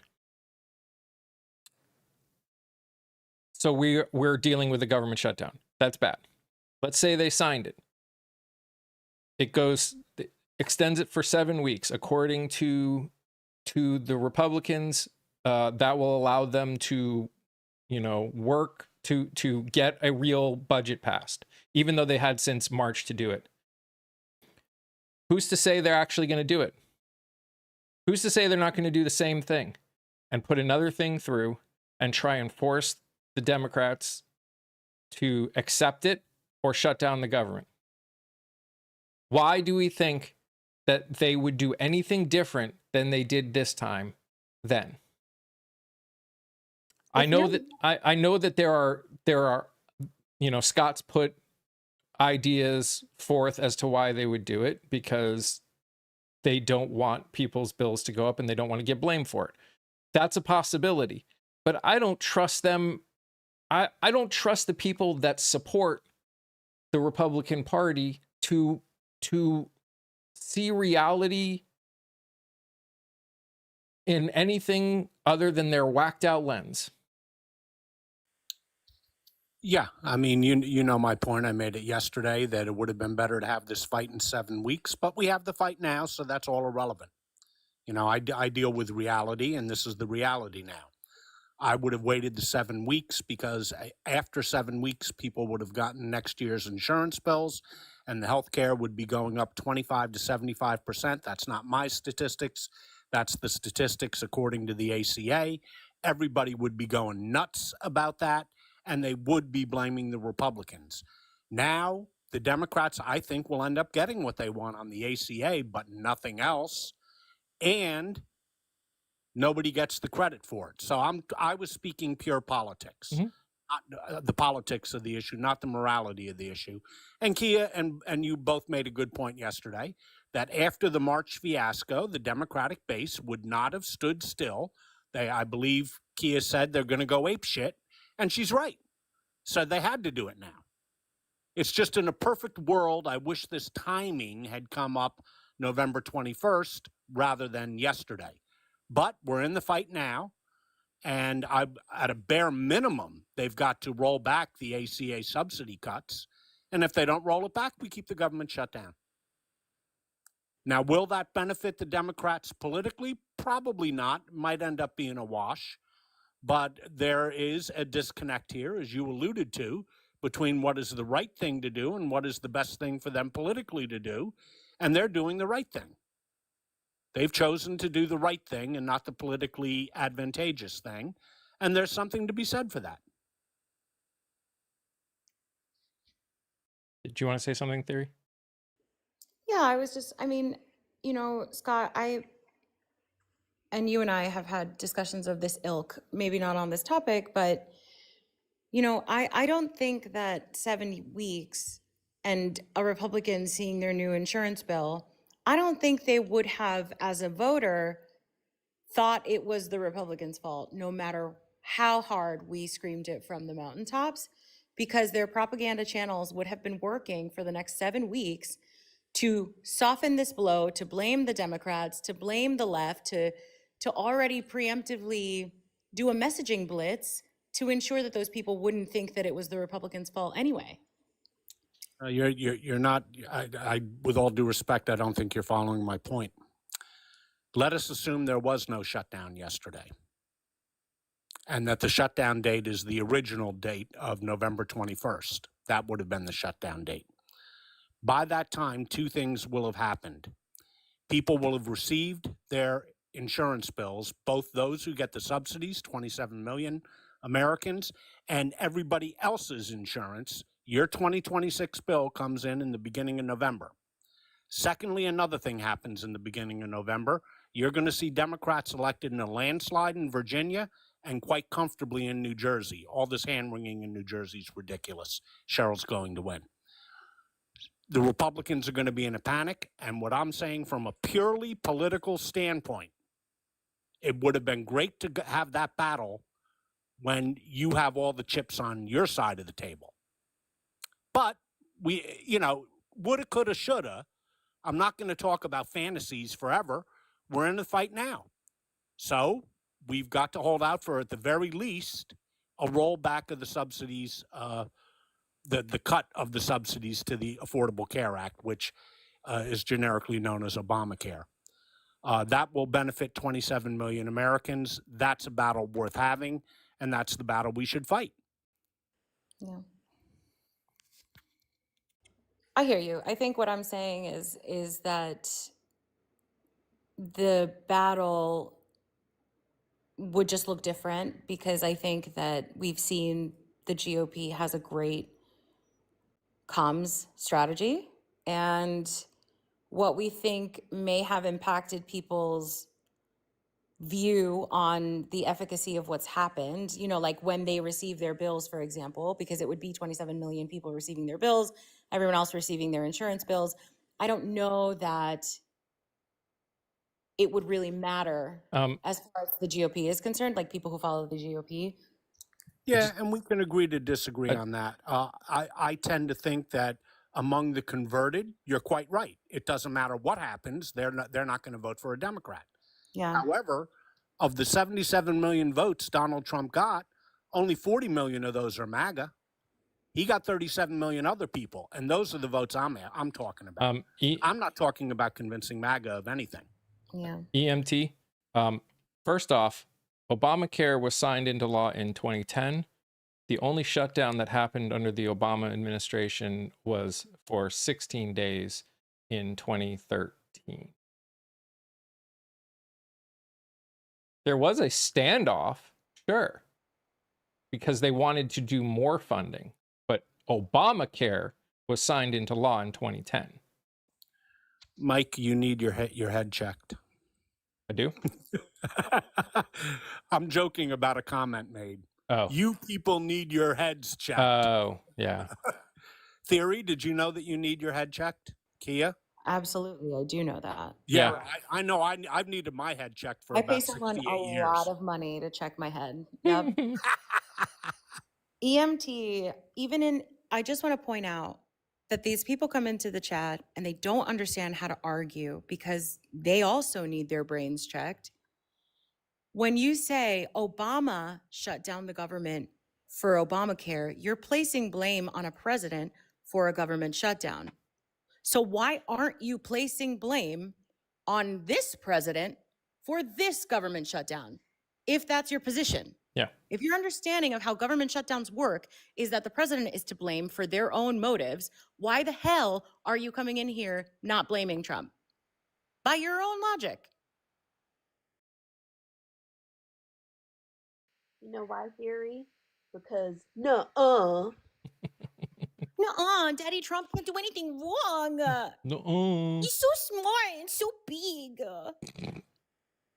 God. Ooh, Well, he is big. Oh my God. I'm not going to get on this tangent because I don't want to encourage more hate in the comments, but like someone, they released Trump's body composition and he was like 6'4", 240 pounds and 4.8% body fat. Oh, hell no. And bodybuilders, Oh, hell no. who are at 8% to 10% body fat have come online and made videos about how cut they are and what 4.8% body fat actually looks like. Yeah, it's that workout routine he has, Theory. It's working like a charm. 4.8%? He has more than 4.8% body fat in his ankles. He was probably born with more than 4.8% body fat. Babies are 100% body fat. They're so cute. They don't have kneecaps even. They're so little. Yeah, they missed a decimal point. 48.8. Yeah, there you go. Yeah, Christopher, that's what I mean, there are so many videos. You can Google 4.8% body fat, I'm sure, or search it on this app and find a couple of the bodybuilders. My God, are those people cut? They are so fit, and most of them are like at 8% body fat.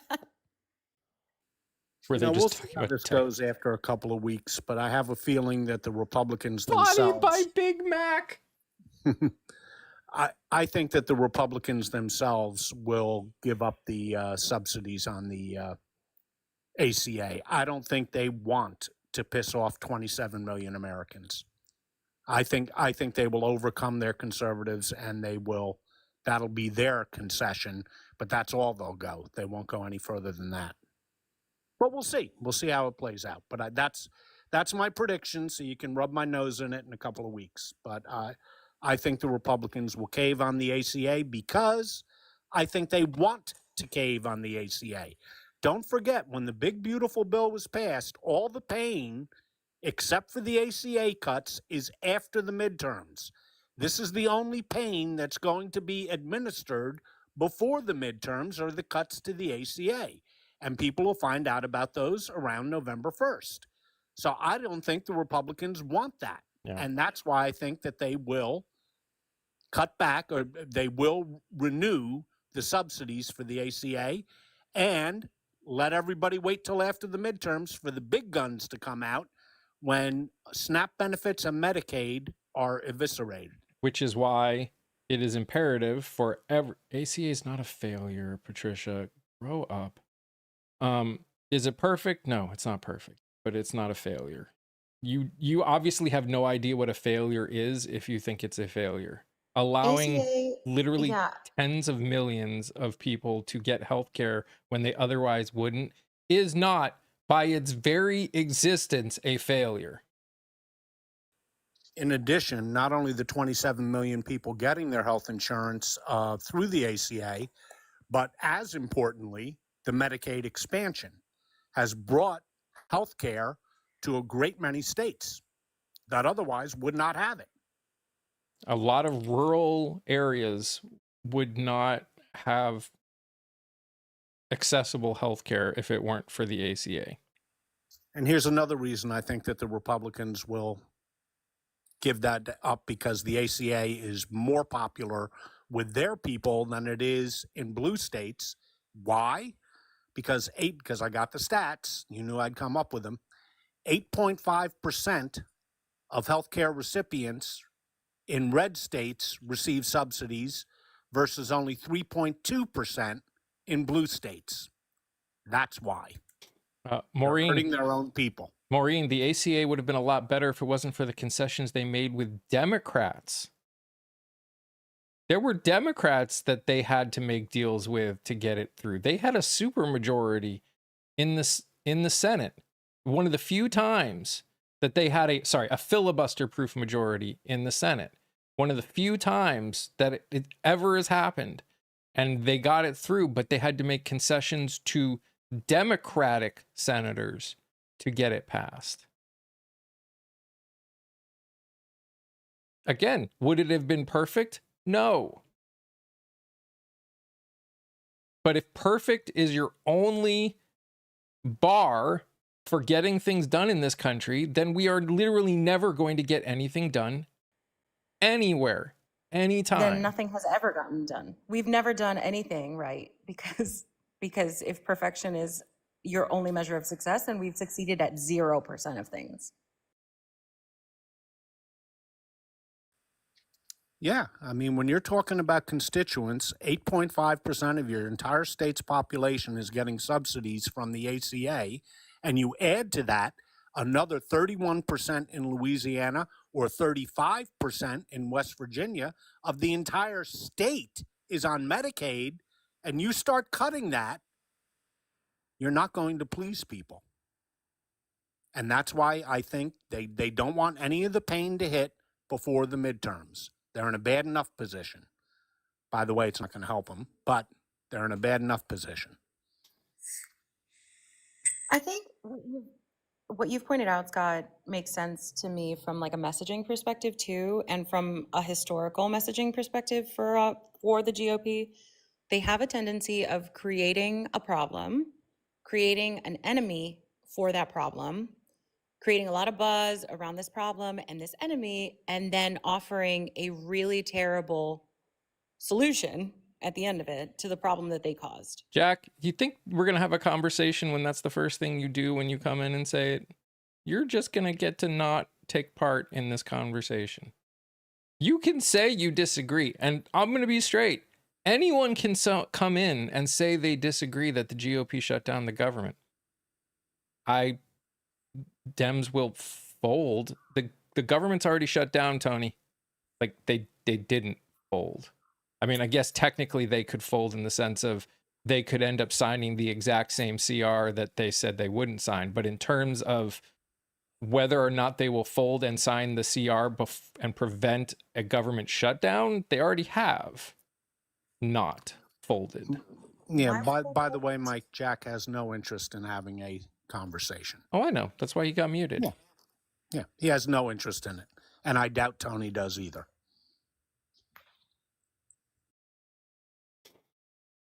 They will soon. Lexi, there's something in this that gets me a little riled up. I know that you're on our side and I know that you mean well when you say this, but I think, the comment is, I think we need to do a better job ensuring that the benefits are going to the truly deserving. This assumes that there's a lot of fraud happening in benefit distribution, but also that there are groups of people who don't actually deserve benefits. I would rather a system have people who overuse it and maybe don't necessarily need it than have a system that penalizes or restricts access because of some judgment based on who deserves what. Do you get what I'm saying? Like, I would rather a system where, like, if somebody wants to abuse the system to the point of, like, they take every single one of their kids to the doctor every other week and, like, get braces for everyone and blah, blah, blah, I'm okay with that. Theory, let's discuss for a second waste, fraud, and abuse, because that's what they throw up all the time. Let's have that discussion, because Mike had a guest on here about 3 months ago whose job it is to work in Medicaid uncovering waste, fraud, and abuse. And he had the numbers. He had the receipts. You want to know how much waste, fraud, and abuse is in there? 0.25%. And that's what he does for a living, folks. That's his job. 0.25%. 0.25%. 0.25%.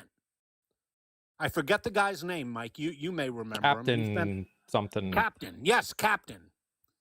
Captain, that's Captain's job, and that's what he said the amount of waste is. He had a dollar amount, and I extrapolated it on the 10-year time frame of the next budget in the great, big, beautiful bill, whatever they want to call it, and how much we spend on Medicaid, and it came out to about 0.25%. That's it. People forget most people on Medicaid actually do work. Okay? And Medicaid goes for people in nursing homes.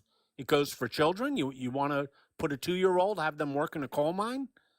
You want to kick Granny out into the gutter? There just isn't that much waste. You can't cut $900 million from a program and say it's all waste. It's not. Eric, that is not the dispute. That is the dispute that Republicans are saying, but non-citizens do not have access to Medicare, Medicaid, or the Affordable Care Act. None of that. It's actually against the law. The only access federally, I'm not talking if a state decides to use their own money to do that. Federally, the only protections to non-citizens, and that's non-citizens, that's not just immigrants, that's all non-citizens, is emergency situations. That's it. Additionally, you need so much documentation to prove that you quote unquote deserve or are eligible for Medicare and Medicaid, that most undocumented people can't even fully apply for Medicare or Medicaid. Additionally, when you fill out those forms, there are agents that are assigned to your case who have to verify the validity of the documents that you provide, who have to work with you on seeing whether or not you're eligible. It's not like you can log online, give your email address, and all of a sudden qualify for getting money from the federal government. Democrats don't want to give them free stuff, Bubba. That's the point. This has nothing to do with non-citizens in this country. This entire fight has nothing to do with non-citizens, no matter what the GOP tell you. And how do I know? Because you can see what the Democrats want to do. They just want to put back the money that protects citizens that have Medicare, Medicaid, Affordable Care Act. The Undocumented whole people cannot get it, Bubba. You may have missed that. Mike, do you want to reiterate what it is that you said? Like they legally cannot get it. Legally, in the 90s, it was put into law that non-citizens cannot qualify for Medicare, Medicaid, or the Affordable Care Act. Or, well, obviously the Affordable Care Act didn't exist in the 90s, but that they cannot qualify for federal health care. But unfortunately, we've undercut their only two arguments. Number one, waste, fraud, and abuse, which is practically a non-issue. And secondly, this has nothing to do with whether you are a legal citizen or not legal citizen. This is all about citizens. It has nothing to do with that. So knowing those two things, your argument to cut Medicaid, your argument to cut SNAP benefits, your argument to cut the subsidies of the ACA is what exactly? What's your argument? When those two pinning points of your argument are utterly destroyed by the facts, what is your argument to take away the subsidies for the ACA? What is your argument to rip the social safety net out with Medicaid and SNAP benefits from the poorest of Americans? What's your argument for that? Because it's not waste, fraud, and abuse. That's a fraudulent argument. And it's not going to what you would label illegals. It's not going to them. They're not eligible. And by the way, they pay their taxes for it, but they're still not eligible. That's what I was just going to say. The other part of that argument is this idea that Democrats, which is exactly what Bubba said, that Democrats are concerned with giving things to people for free. I said it earlier in this live. It is not free. Nothing of the social safety net, of any tax benefits that go to rich people, of any armaments that we buy for the military, none of that stuff is free because we have a pool of collected taxes. People are contributing their hard-earned dollars to the federal government, and then the federal government gets to decide what to do with that money. So nobody, including undocumented workers who pay millions of dollars in taxes every year and get very few benefits,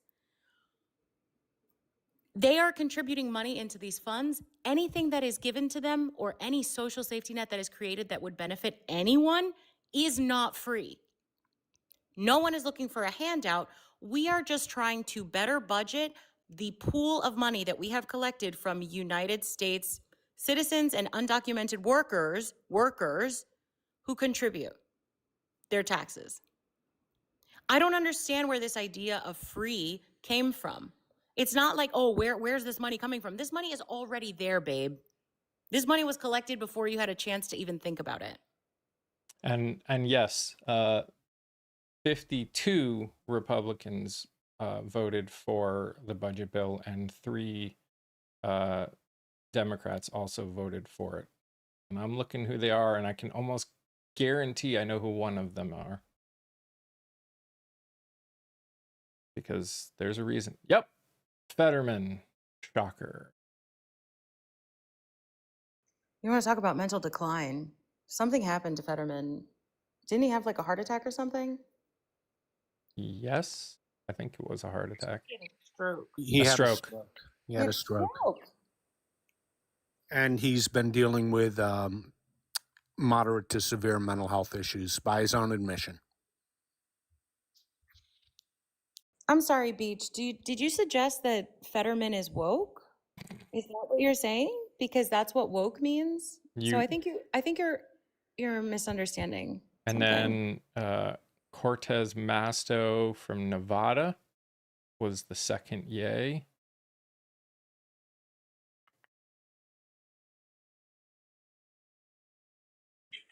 Miley, that's not how government shutdowns work. The Republicans have the House. They have control. They decide what bills go to vote, and they chose not to talk to Democrats in any way, shape, or form. That puts it on them. If you don't talk to the people that you need to vote for your stuff, that's on you. No, that is how that works, Miley. And you can, if you have a source that suggests that's not how it works, you are more than happy to provide that source in the chat. If you want to go out and find an article that tells us that that's not how government shutdowns work, by all means, we'll King, the independent from Maine, voted yay. So that was the third. Daisy, with all due respect, we have people voting from the beds of their hip surgery and, in a wheelchair with assistant because of age, not because of, accessibility concerns. I feel like we need to rethink who is able to run for office and keep office. Bean, here's the problem. They had their meeting the day before the government shut down. If they came to an agreement, let's say the Senate came to some agreement on change on the budget bill that the Democrats would have been willing to vote 60 on. It would have still had to go back to the House. You want to know what was not in session on the day of? The House. No Republican in the House was trying to work with Democrats to make it possible that we could avoid a shutdown. They were doing whatever else they wanted to. They were not at the House of Congress. It doesn't matter if it's just a continuing resolution. They had since March to pass this. Why did they wait until a month before? And why did the House go on break for most of the month of September, knowing that they didn't work with the Democrats at all? Weren't you seeing people screaming at the Democrats in Texas when they up and left so as not to vote? And they were like, they should be put in jail. They should be fired. Where's that same energy? There's not going to add $1.6 trillion to the budget. That's not what they're looking to do. They're looking to take the money that they pulled in the big beautiful bill, because a budget only lasts a year, right? It only lasts a year. So there is no way they're adding $1.6 trillion into 1 year. They don't spend that much to begin with in 1 year. They didn't cut that from 1 year. Like in the big beautiful bill, they cut that out of 10 years because that's how long the big beautiful bill lasts for. So no, they did not cut. It was not a $1.6 trillion ad. They just wanted the money that was pulled in the big beautiful bill from the Affordable Care Act and Medicare and Medicaid to go back. And I'm sure that they would have taken any of it back, just the Affordable Care Act, because that's the one that's going to affect people right now. Technically, the Medicare, Medicaid stuff isn't happening until after the midterms. We're only in debt. Well, then they should be increasing taxes, not taking away healthcare and costing people more money in this country that don't have it. We shouldn't be extending 2017 tax cuts to the wealthiest people in this country and giving them new deductions if we have that much, if you're so concerned about a debt, you know? I want to point out one thing. Someone said something. Oh, did we get rid of them? Probably. Darn. I don't know. I'm folding clothes. No, Courtney muted someone. Are you talking Bailey? Mr. Bailey? Yeah, what did they say? They said, Oh, that they're hell not a yeah, government. shut it down. I'll sleep just fine. I'm not a government dependent. Do you use roads? When you get in your car, I'm gonna guess you have a pickup truck. When you get in your little pickup truck, when you get in your little truck and you drive down to the Home Depot, do you use a street? If so, you're a government dependent. Do you rely on cops to keep you safe and keep your government, your city safe? You rely on the government. Do you receive mail? You rely on the government. Do you get your Do you trash cash picked a up? check? Yeah, do you get your trash picked up? Do you have running water in your house that's provided by a city? You rely on the government. Does your kid go to school? You rely on the government. Does your church not have to pay taxes when you go every Sunday? If you go every Sunday, you rely on the government. You guys are afraid no one will notice. No one will notice what? What are we afraid no one will notice?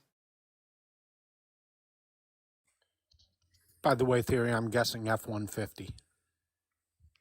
Oh, I'm gonna guess something ridiculous, like an F-250 with like bumpers to make it even taller. And then when they get out, you're sorely disappointed that they're only 5'3". Hi, Sue. Yes, Yeah, and churches it's are tax exempt. adorned with various flags and bumper stickers. Definitely lifted. Definitely it's got the double loud pipes in the back. Obnoxious ones. You got Probably, I'm gonna say like a 2015. Doesn't pass emissions regulations for sure. Aw, Indy, does it make you upset when people get annoyed about things and talk about it? This discussion is not immature. This discussion It's is a typical Democrat discussion. Typical Boy, I'd love to have a Republican. discussion with you, Typical. Indy. someone comes in I'll here. bet you have a Churchillian-like eloquence, Indy. A Republican comes in here and says that they're glad that the government is shut down. They want it to be shut down, keep it shut down because they don't rely on the government at all. And somehow my response to remind that person that they do in fact rely on the government for many of its services is immature. Sounds like you don't like getting called out. No one will notice the government is shut down. You think no one will notice? There's a lot of people that will notice. Okay, so now we're trying to downplay the effect of the government shutdown because you can't take accountability. You can't even face the fact that your people may be to blame. I'm not looking for your absolution. I don't care how you have to justify it to yourself. You're not going to try and suggest that this isn't a big deal because you don't want to place blame on the people whose fault it is. That sounds like a cognitive dissonance thing that you can work out with yourself, or if you believe in therapy, you can work it out with them, or you can go to a confessional and talk to a freaking priest. Shane, it goes on, I think, was talking about the other ones, whether they should have said it like that or not. I'm going to unmute them. They've been on here before. We'll see how it goes. I appreciate you taking that off, though. And by the way, as I said, I do believe that the cuts to the benefits of the ACA will be restored. That'll be the, quote, Democratic victory. And I think it's only going to be a victory because that's what the Republicans want anyway. And I have two reasons for saying that. In the beginning of this whole thing, a month ago, the Republicans were all on board with restoring the full subsidies to the ACA, and then they pulled that back. And then in his meeting the day before the shutdown, Trump let the cat out of the bag. Oh, yeah, we got to do something about the subsidies. They're well aware of the political peril they're placing themselves in. Make it make sense. The shutdown will be until they sign either a continuing resolution or a budget bill. That is what, nothing else can happen at this point until they do that.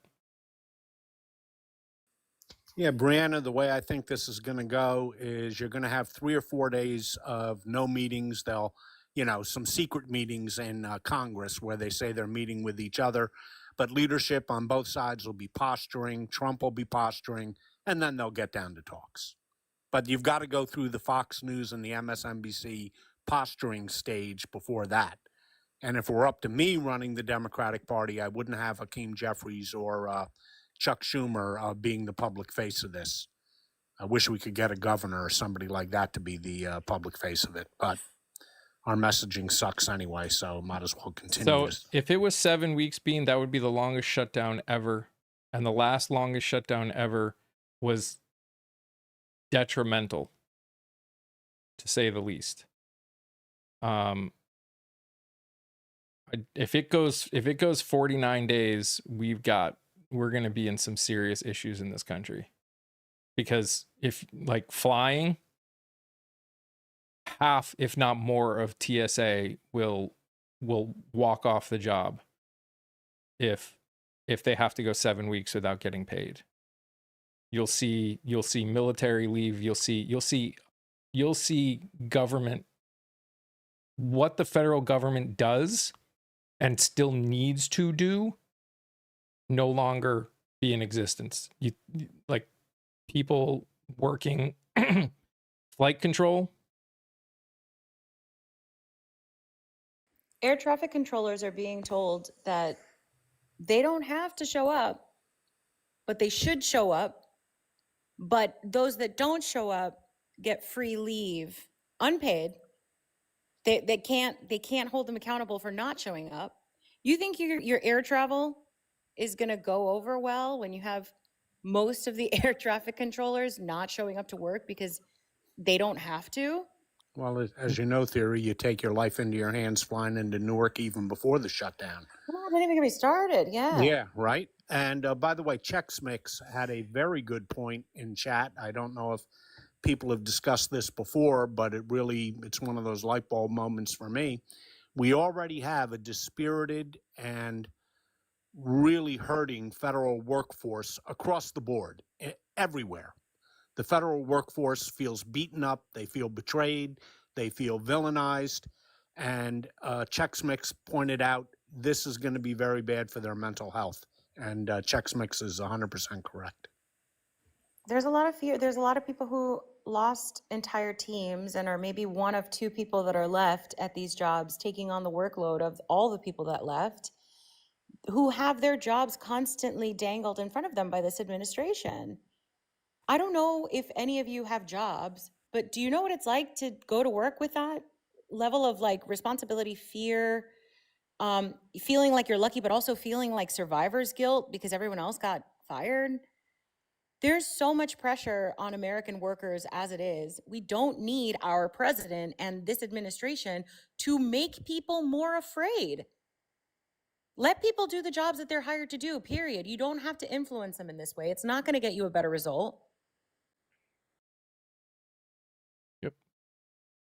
Additionally, the same people that come in here and say, I'm fine, shut the government down or whatever, or Democrats are trying to give people things for free, are not concerned that this government is dedicated to using our tax dollars for random ass things.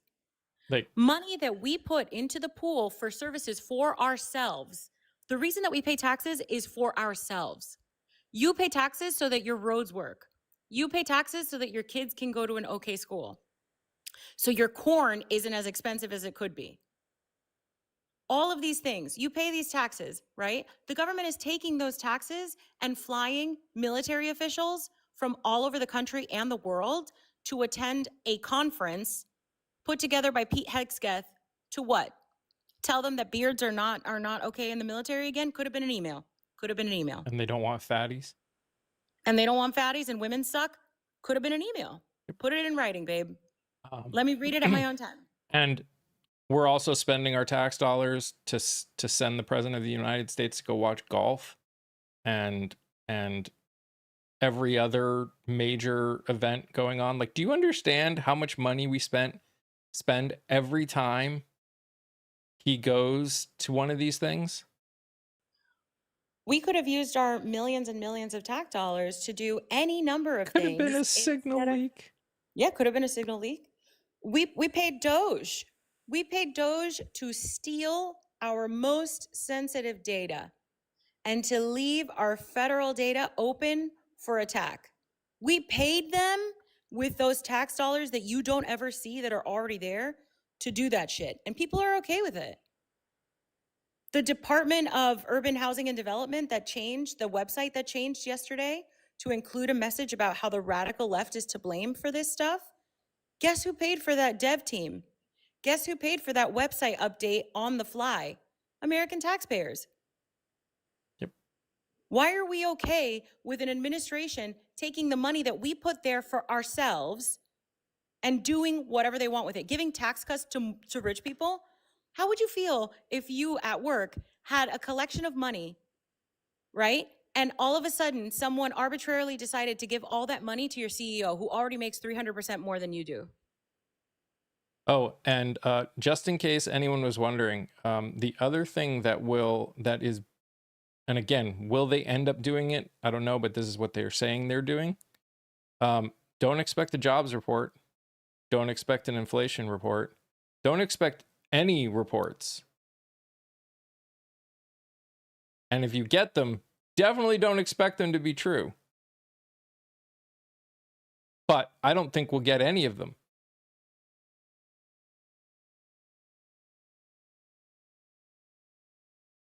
Microsoft laid off 7,000 people, then laid off 9,000 people, then laid off another 7,000. That's one company. That is one company. Meta, 7% of its workforce. Accenture, yesterday, 11,000 people. We are seeing an active contraction of our entire jobs market, and you are not going to see those numbers reflected. And again, the one thing, so there's a couple other things. Even with all of the money that this country has brought in extra because of tariffs, we have still spent more than we have brought in. Need you to hear that. Even with the extra money that we have brought in due to tariffs, we have still spent more than we have brought in. And there's data for it. And B, everyone likes to look at talking about how the GDP looked better. Well, yeah, we're importing less stuff. So even if you're spending no different internally and you're just importing less, that will automatically bring GDP up. And let's not forget that extra money we're bringing in from the tariffs is a tax. Correct. That's a tax on the American consumer. We're not bringing that in from foreign governments. We're not bringing that in from foreigners. That is money that the consumer is paying on top of his taxes. This is a sales tax added that goes to the federal government, paid for by you and me. Where is that? Additionally, you have corporations who understand that American people are expecting to pay for these tariffs. You know what I'm going to do is I'm going to slide in a $1 to $2 price increase on this consumer good, and I'm going to shrink it. Therefore, where they used to get 10 ounces, now they're going to get 8 ounces, and they're going to pay $2 more, plus they're going to have to pay for any additional tariffs. And then they're going to take that money that they make on those tariffs and spend it on things like flying generals to attend an email. And if you think insurance companies aren't going to still raise costs somewhat even after this, you've also lost your mind. Still going to. They're still going to find a way to charge more. Insurance companies are about to fire a lot of agents because they've been relying on AI to deny or approve claims. And then they're going to turn around and charge you more money for your private health care. Yeah, as you know, Theory, our state is one of the pilot states for that in Medicare. I don't know if you were aware of that, where the first claims decision, there's 6 states involved, New Jersey is one of them. That's pretty. Look, and for all the people saying the Democrats are playing politics with this, if the Democrats were doing this just for politics, they would have signed the continuing resolution. They would have said, okay, no problem. We're with you. We're signing up, and then let all the cuts hit. They would Right before the midterms. If they the would- Democrats were really playing politics and not trying to help people, they would have agreed with anything the Republicans. Oh, yeah, absolutely. We'll sign the continuing resolution. Yeah. No problem. And then let the cuts hit. Yeah. There have been multiple people that talked about it that have said that the best thing for the midterms for the Democrats would have been to let things continue the way they already are going. Absolutely. Because most of the cuts that are going to hit, as we discussed before, are coming in December of 2026. Hey, what a shock. The Republicans put all the real cuts to Medicaid and SNAP right after the midterms. Gee, I wonder why they did that. The only big cuts that are coming were the ACA cuts, which kick in on January 1 of this coming year, a couple of months from now. And if the Democrats were just playing politics with it and not doing the moral thing, they would have said, fine, we will sell you the rope with which to hang yourselves. Fine. And then let those 25 to 75% price increases hit home starting on November 1st. 4 weeks from now.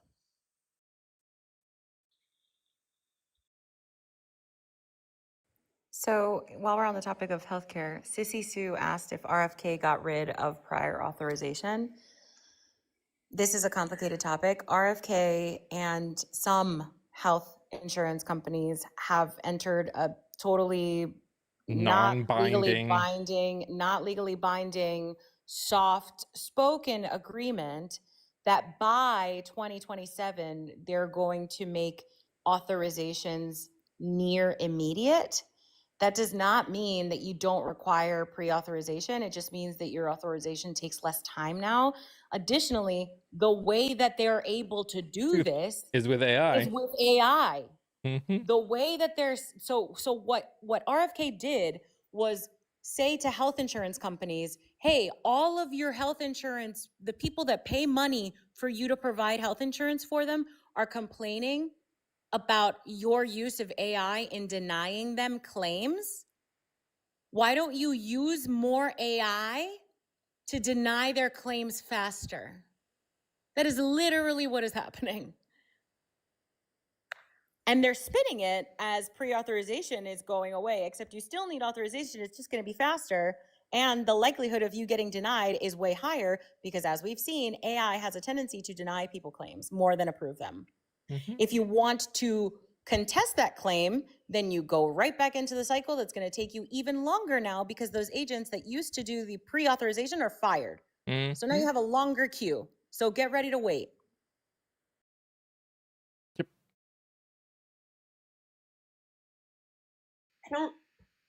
I think part of the problem is theory and panel and chat is a lot of times they don't understand. All they hear is the headlines. They hear the talking points that are given to them, and they don't understand all of the things that come with it, all of the aspects different things touch. They don't understand how intersectional everything is.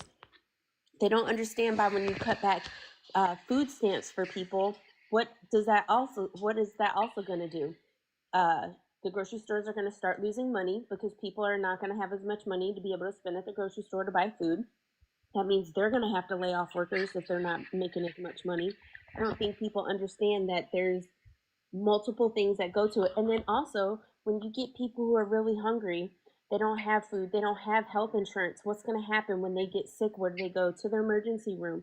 And with no insurance, what happens?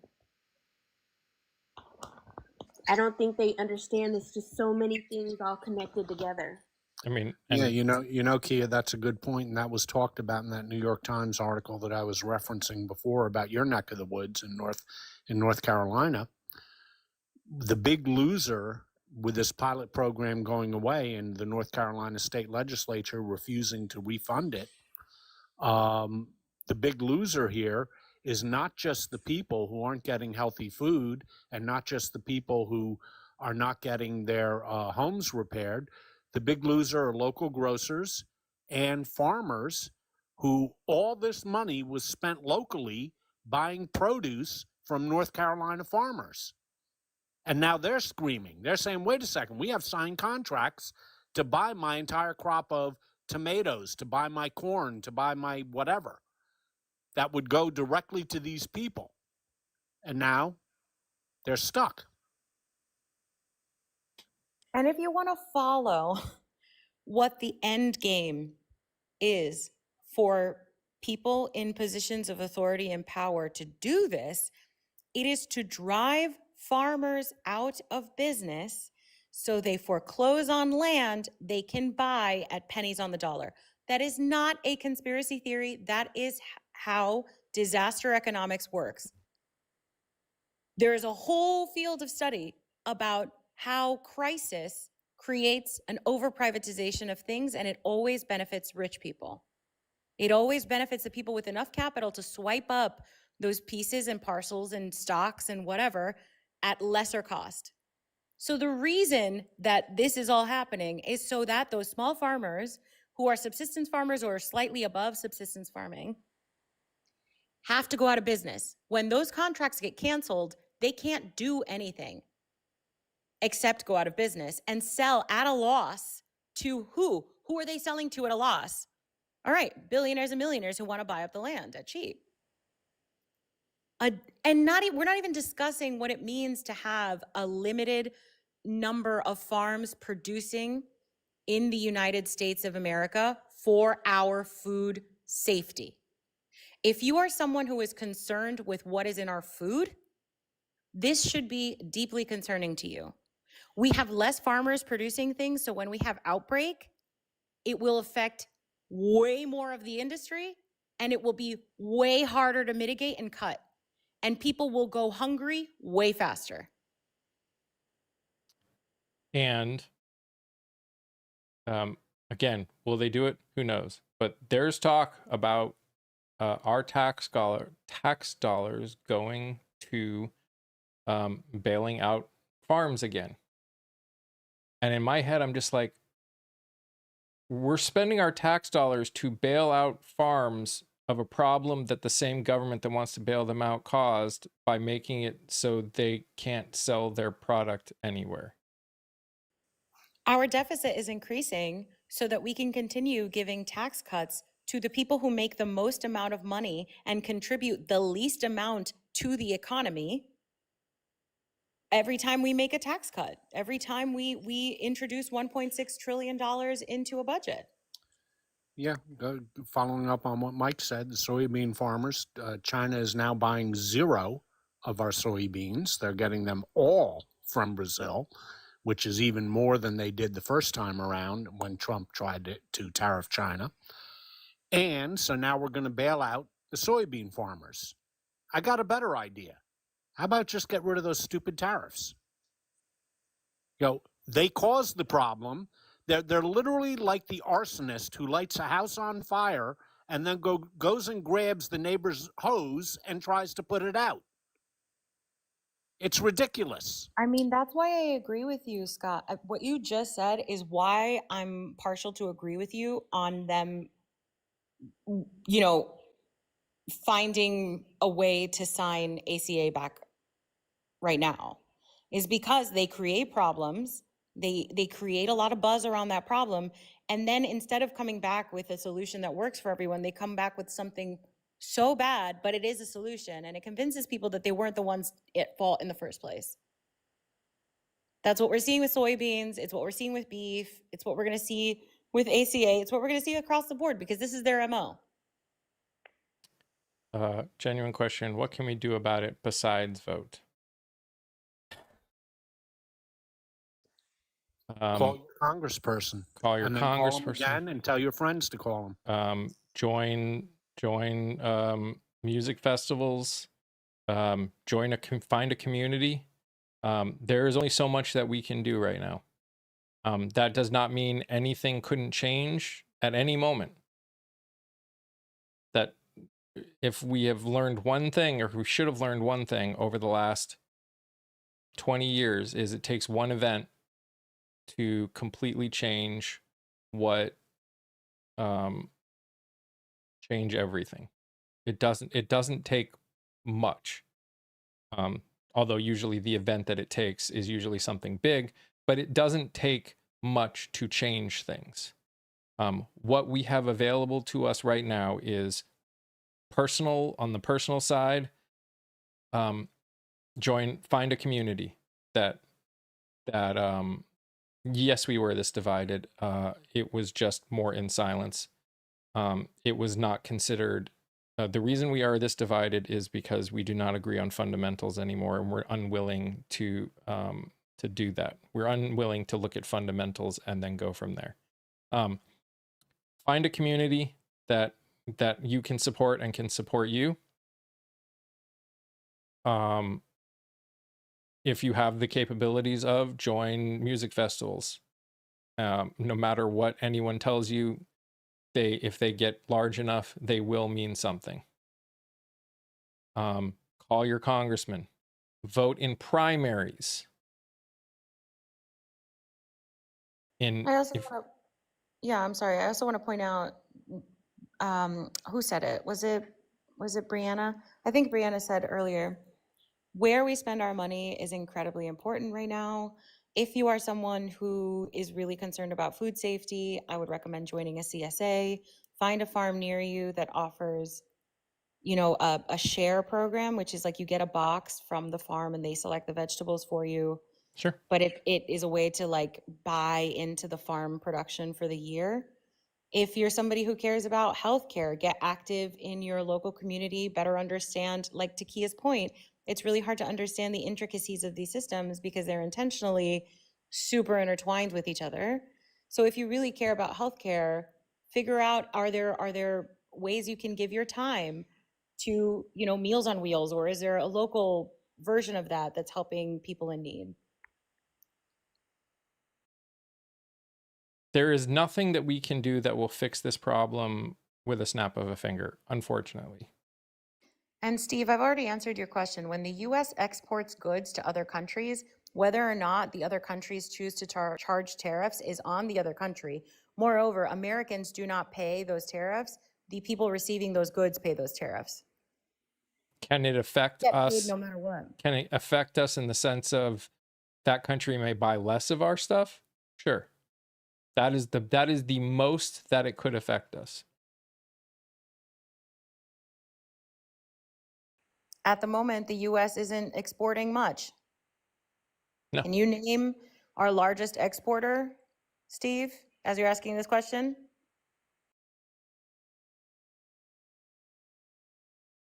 You have to pay a tariff on your wedding dress? I'm sorry.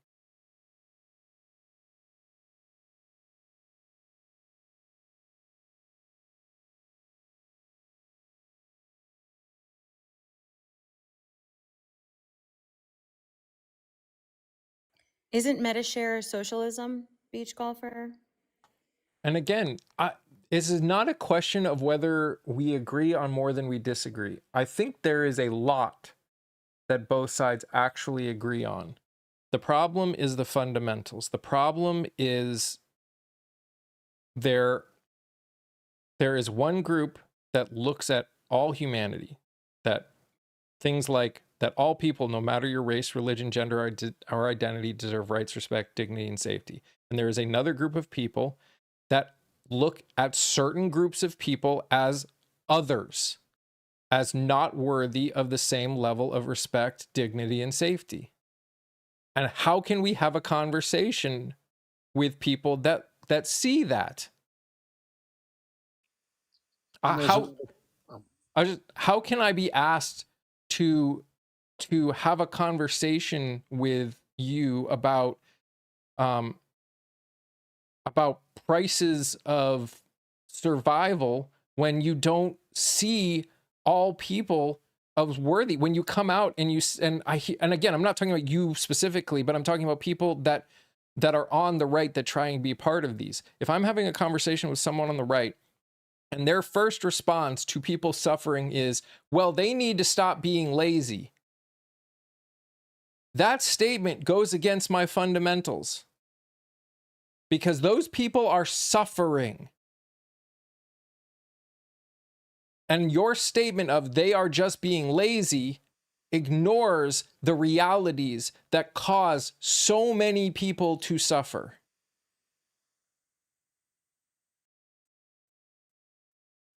Oh, LOL, shut up. All right. Nuh-uh. I remember being in high school. Nuh-uh. You know, there's another problem, Mike, that makes this such an intractable problem to solve the divisions in this country. Everything that you just said is absolutely in the first instance. In the second instance, for our entire nation's history, people would agree on a common set of facts. They would disagree on what to do about those facts, but they would agree on what the facts were. We've now lost that. Sure. We don't even agree on what the facts are anymore, and facts have become fungible. Now, that is something new in the American experience, where facts themselves become fungible. To use Kellyanne Conway's famous statement from Trump's first term, alternative facts. There are alternative facts. No, there are no alternative facts.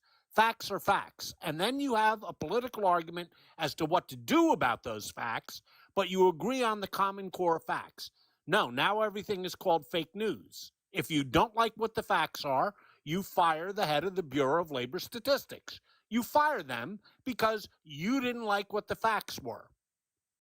That is what makes this problem so intractable, even more than what you had said. You add those two things together and we're in a hell of a mess. Beach golfer. Hold on. Beach. No human. Beach. You say that we are generalizing too much and very few are inhuman to humans. And yet, you voted for a man who has said some of the worst things about other humans possible. I'd also argue that beach golfer is saying, quote, very few are inhuman to humans. No human should be, no class of human, no demographic of human, no human being should be inhuman to another human being, period. And to say very few are inhumane, if you hear that there are millions of people that are considering taking their own life because of the rhetoric coming out about them and who they are, that would be inhuman and inhumane.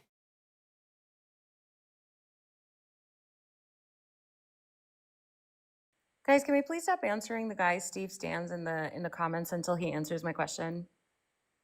He's coming in here and gish galloping a bunch of, okay, well, tell me this. Well, what about this? Well, what about this? Without answering a single question. So, Steve, to you, I pause it again. Those few are not unaliving your side. Enough of that bullshit.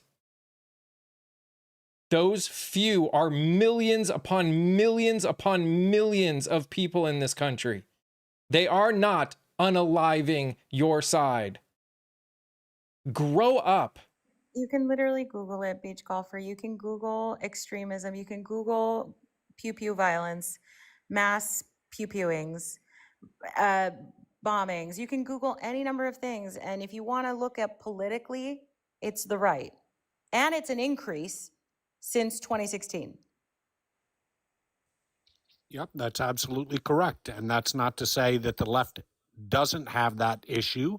They did during the late 60s and throughout the decade of the 1970s. There was also a lot of political violence, and that was primarily a function of the political left.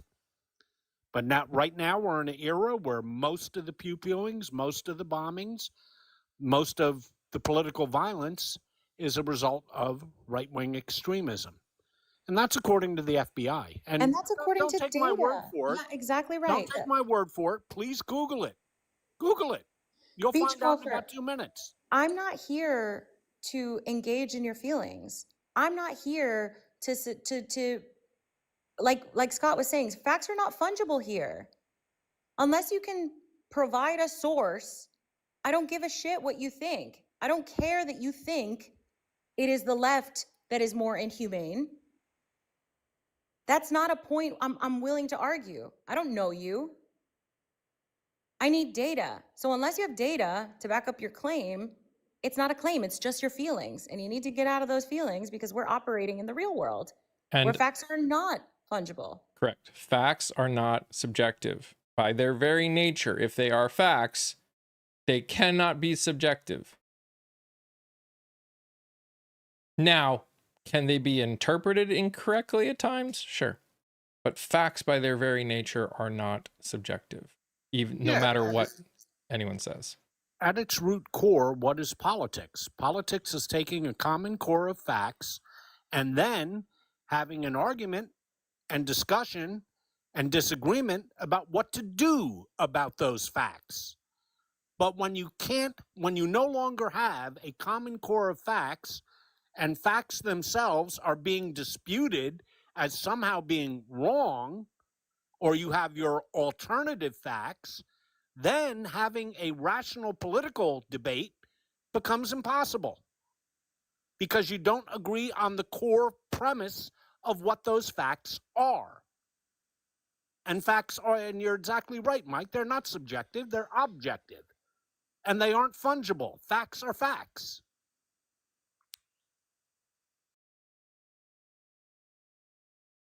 And Fungible? I've never heard that word. Fungible? Am I saying it right? Fungible? yes, you're saying it right. Saying it right.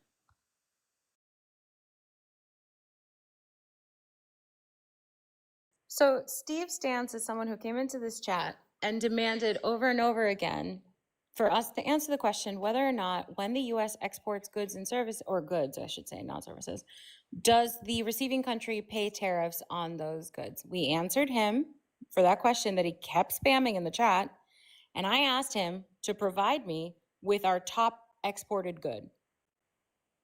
And he could not answer that question. And now he's demanding to understand why we think that everyone deserves universal health care, blah, blah, blah. I do not answer this person until they can answer that question. It is so easy to just Google.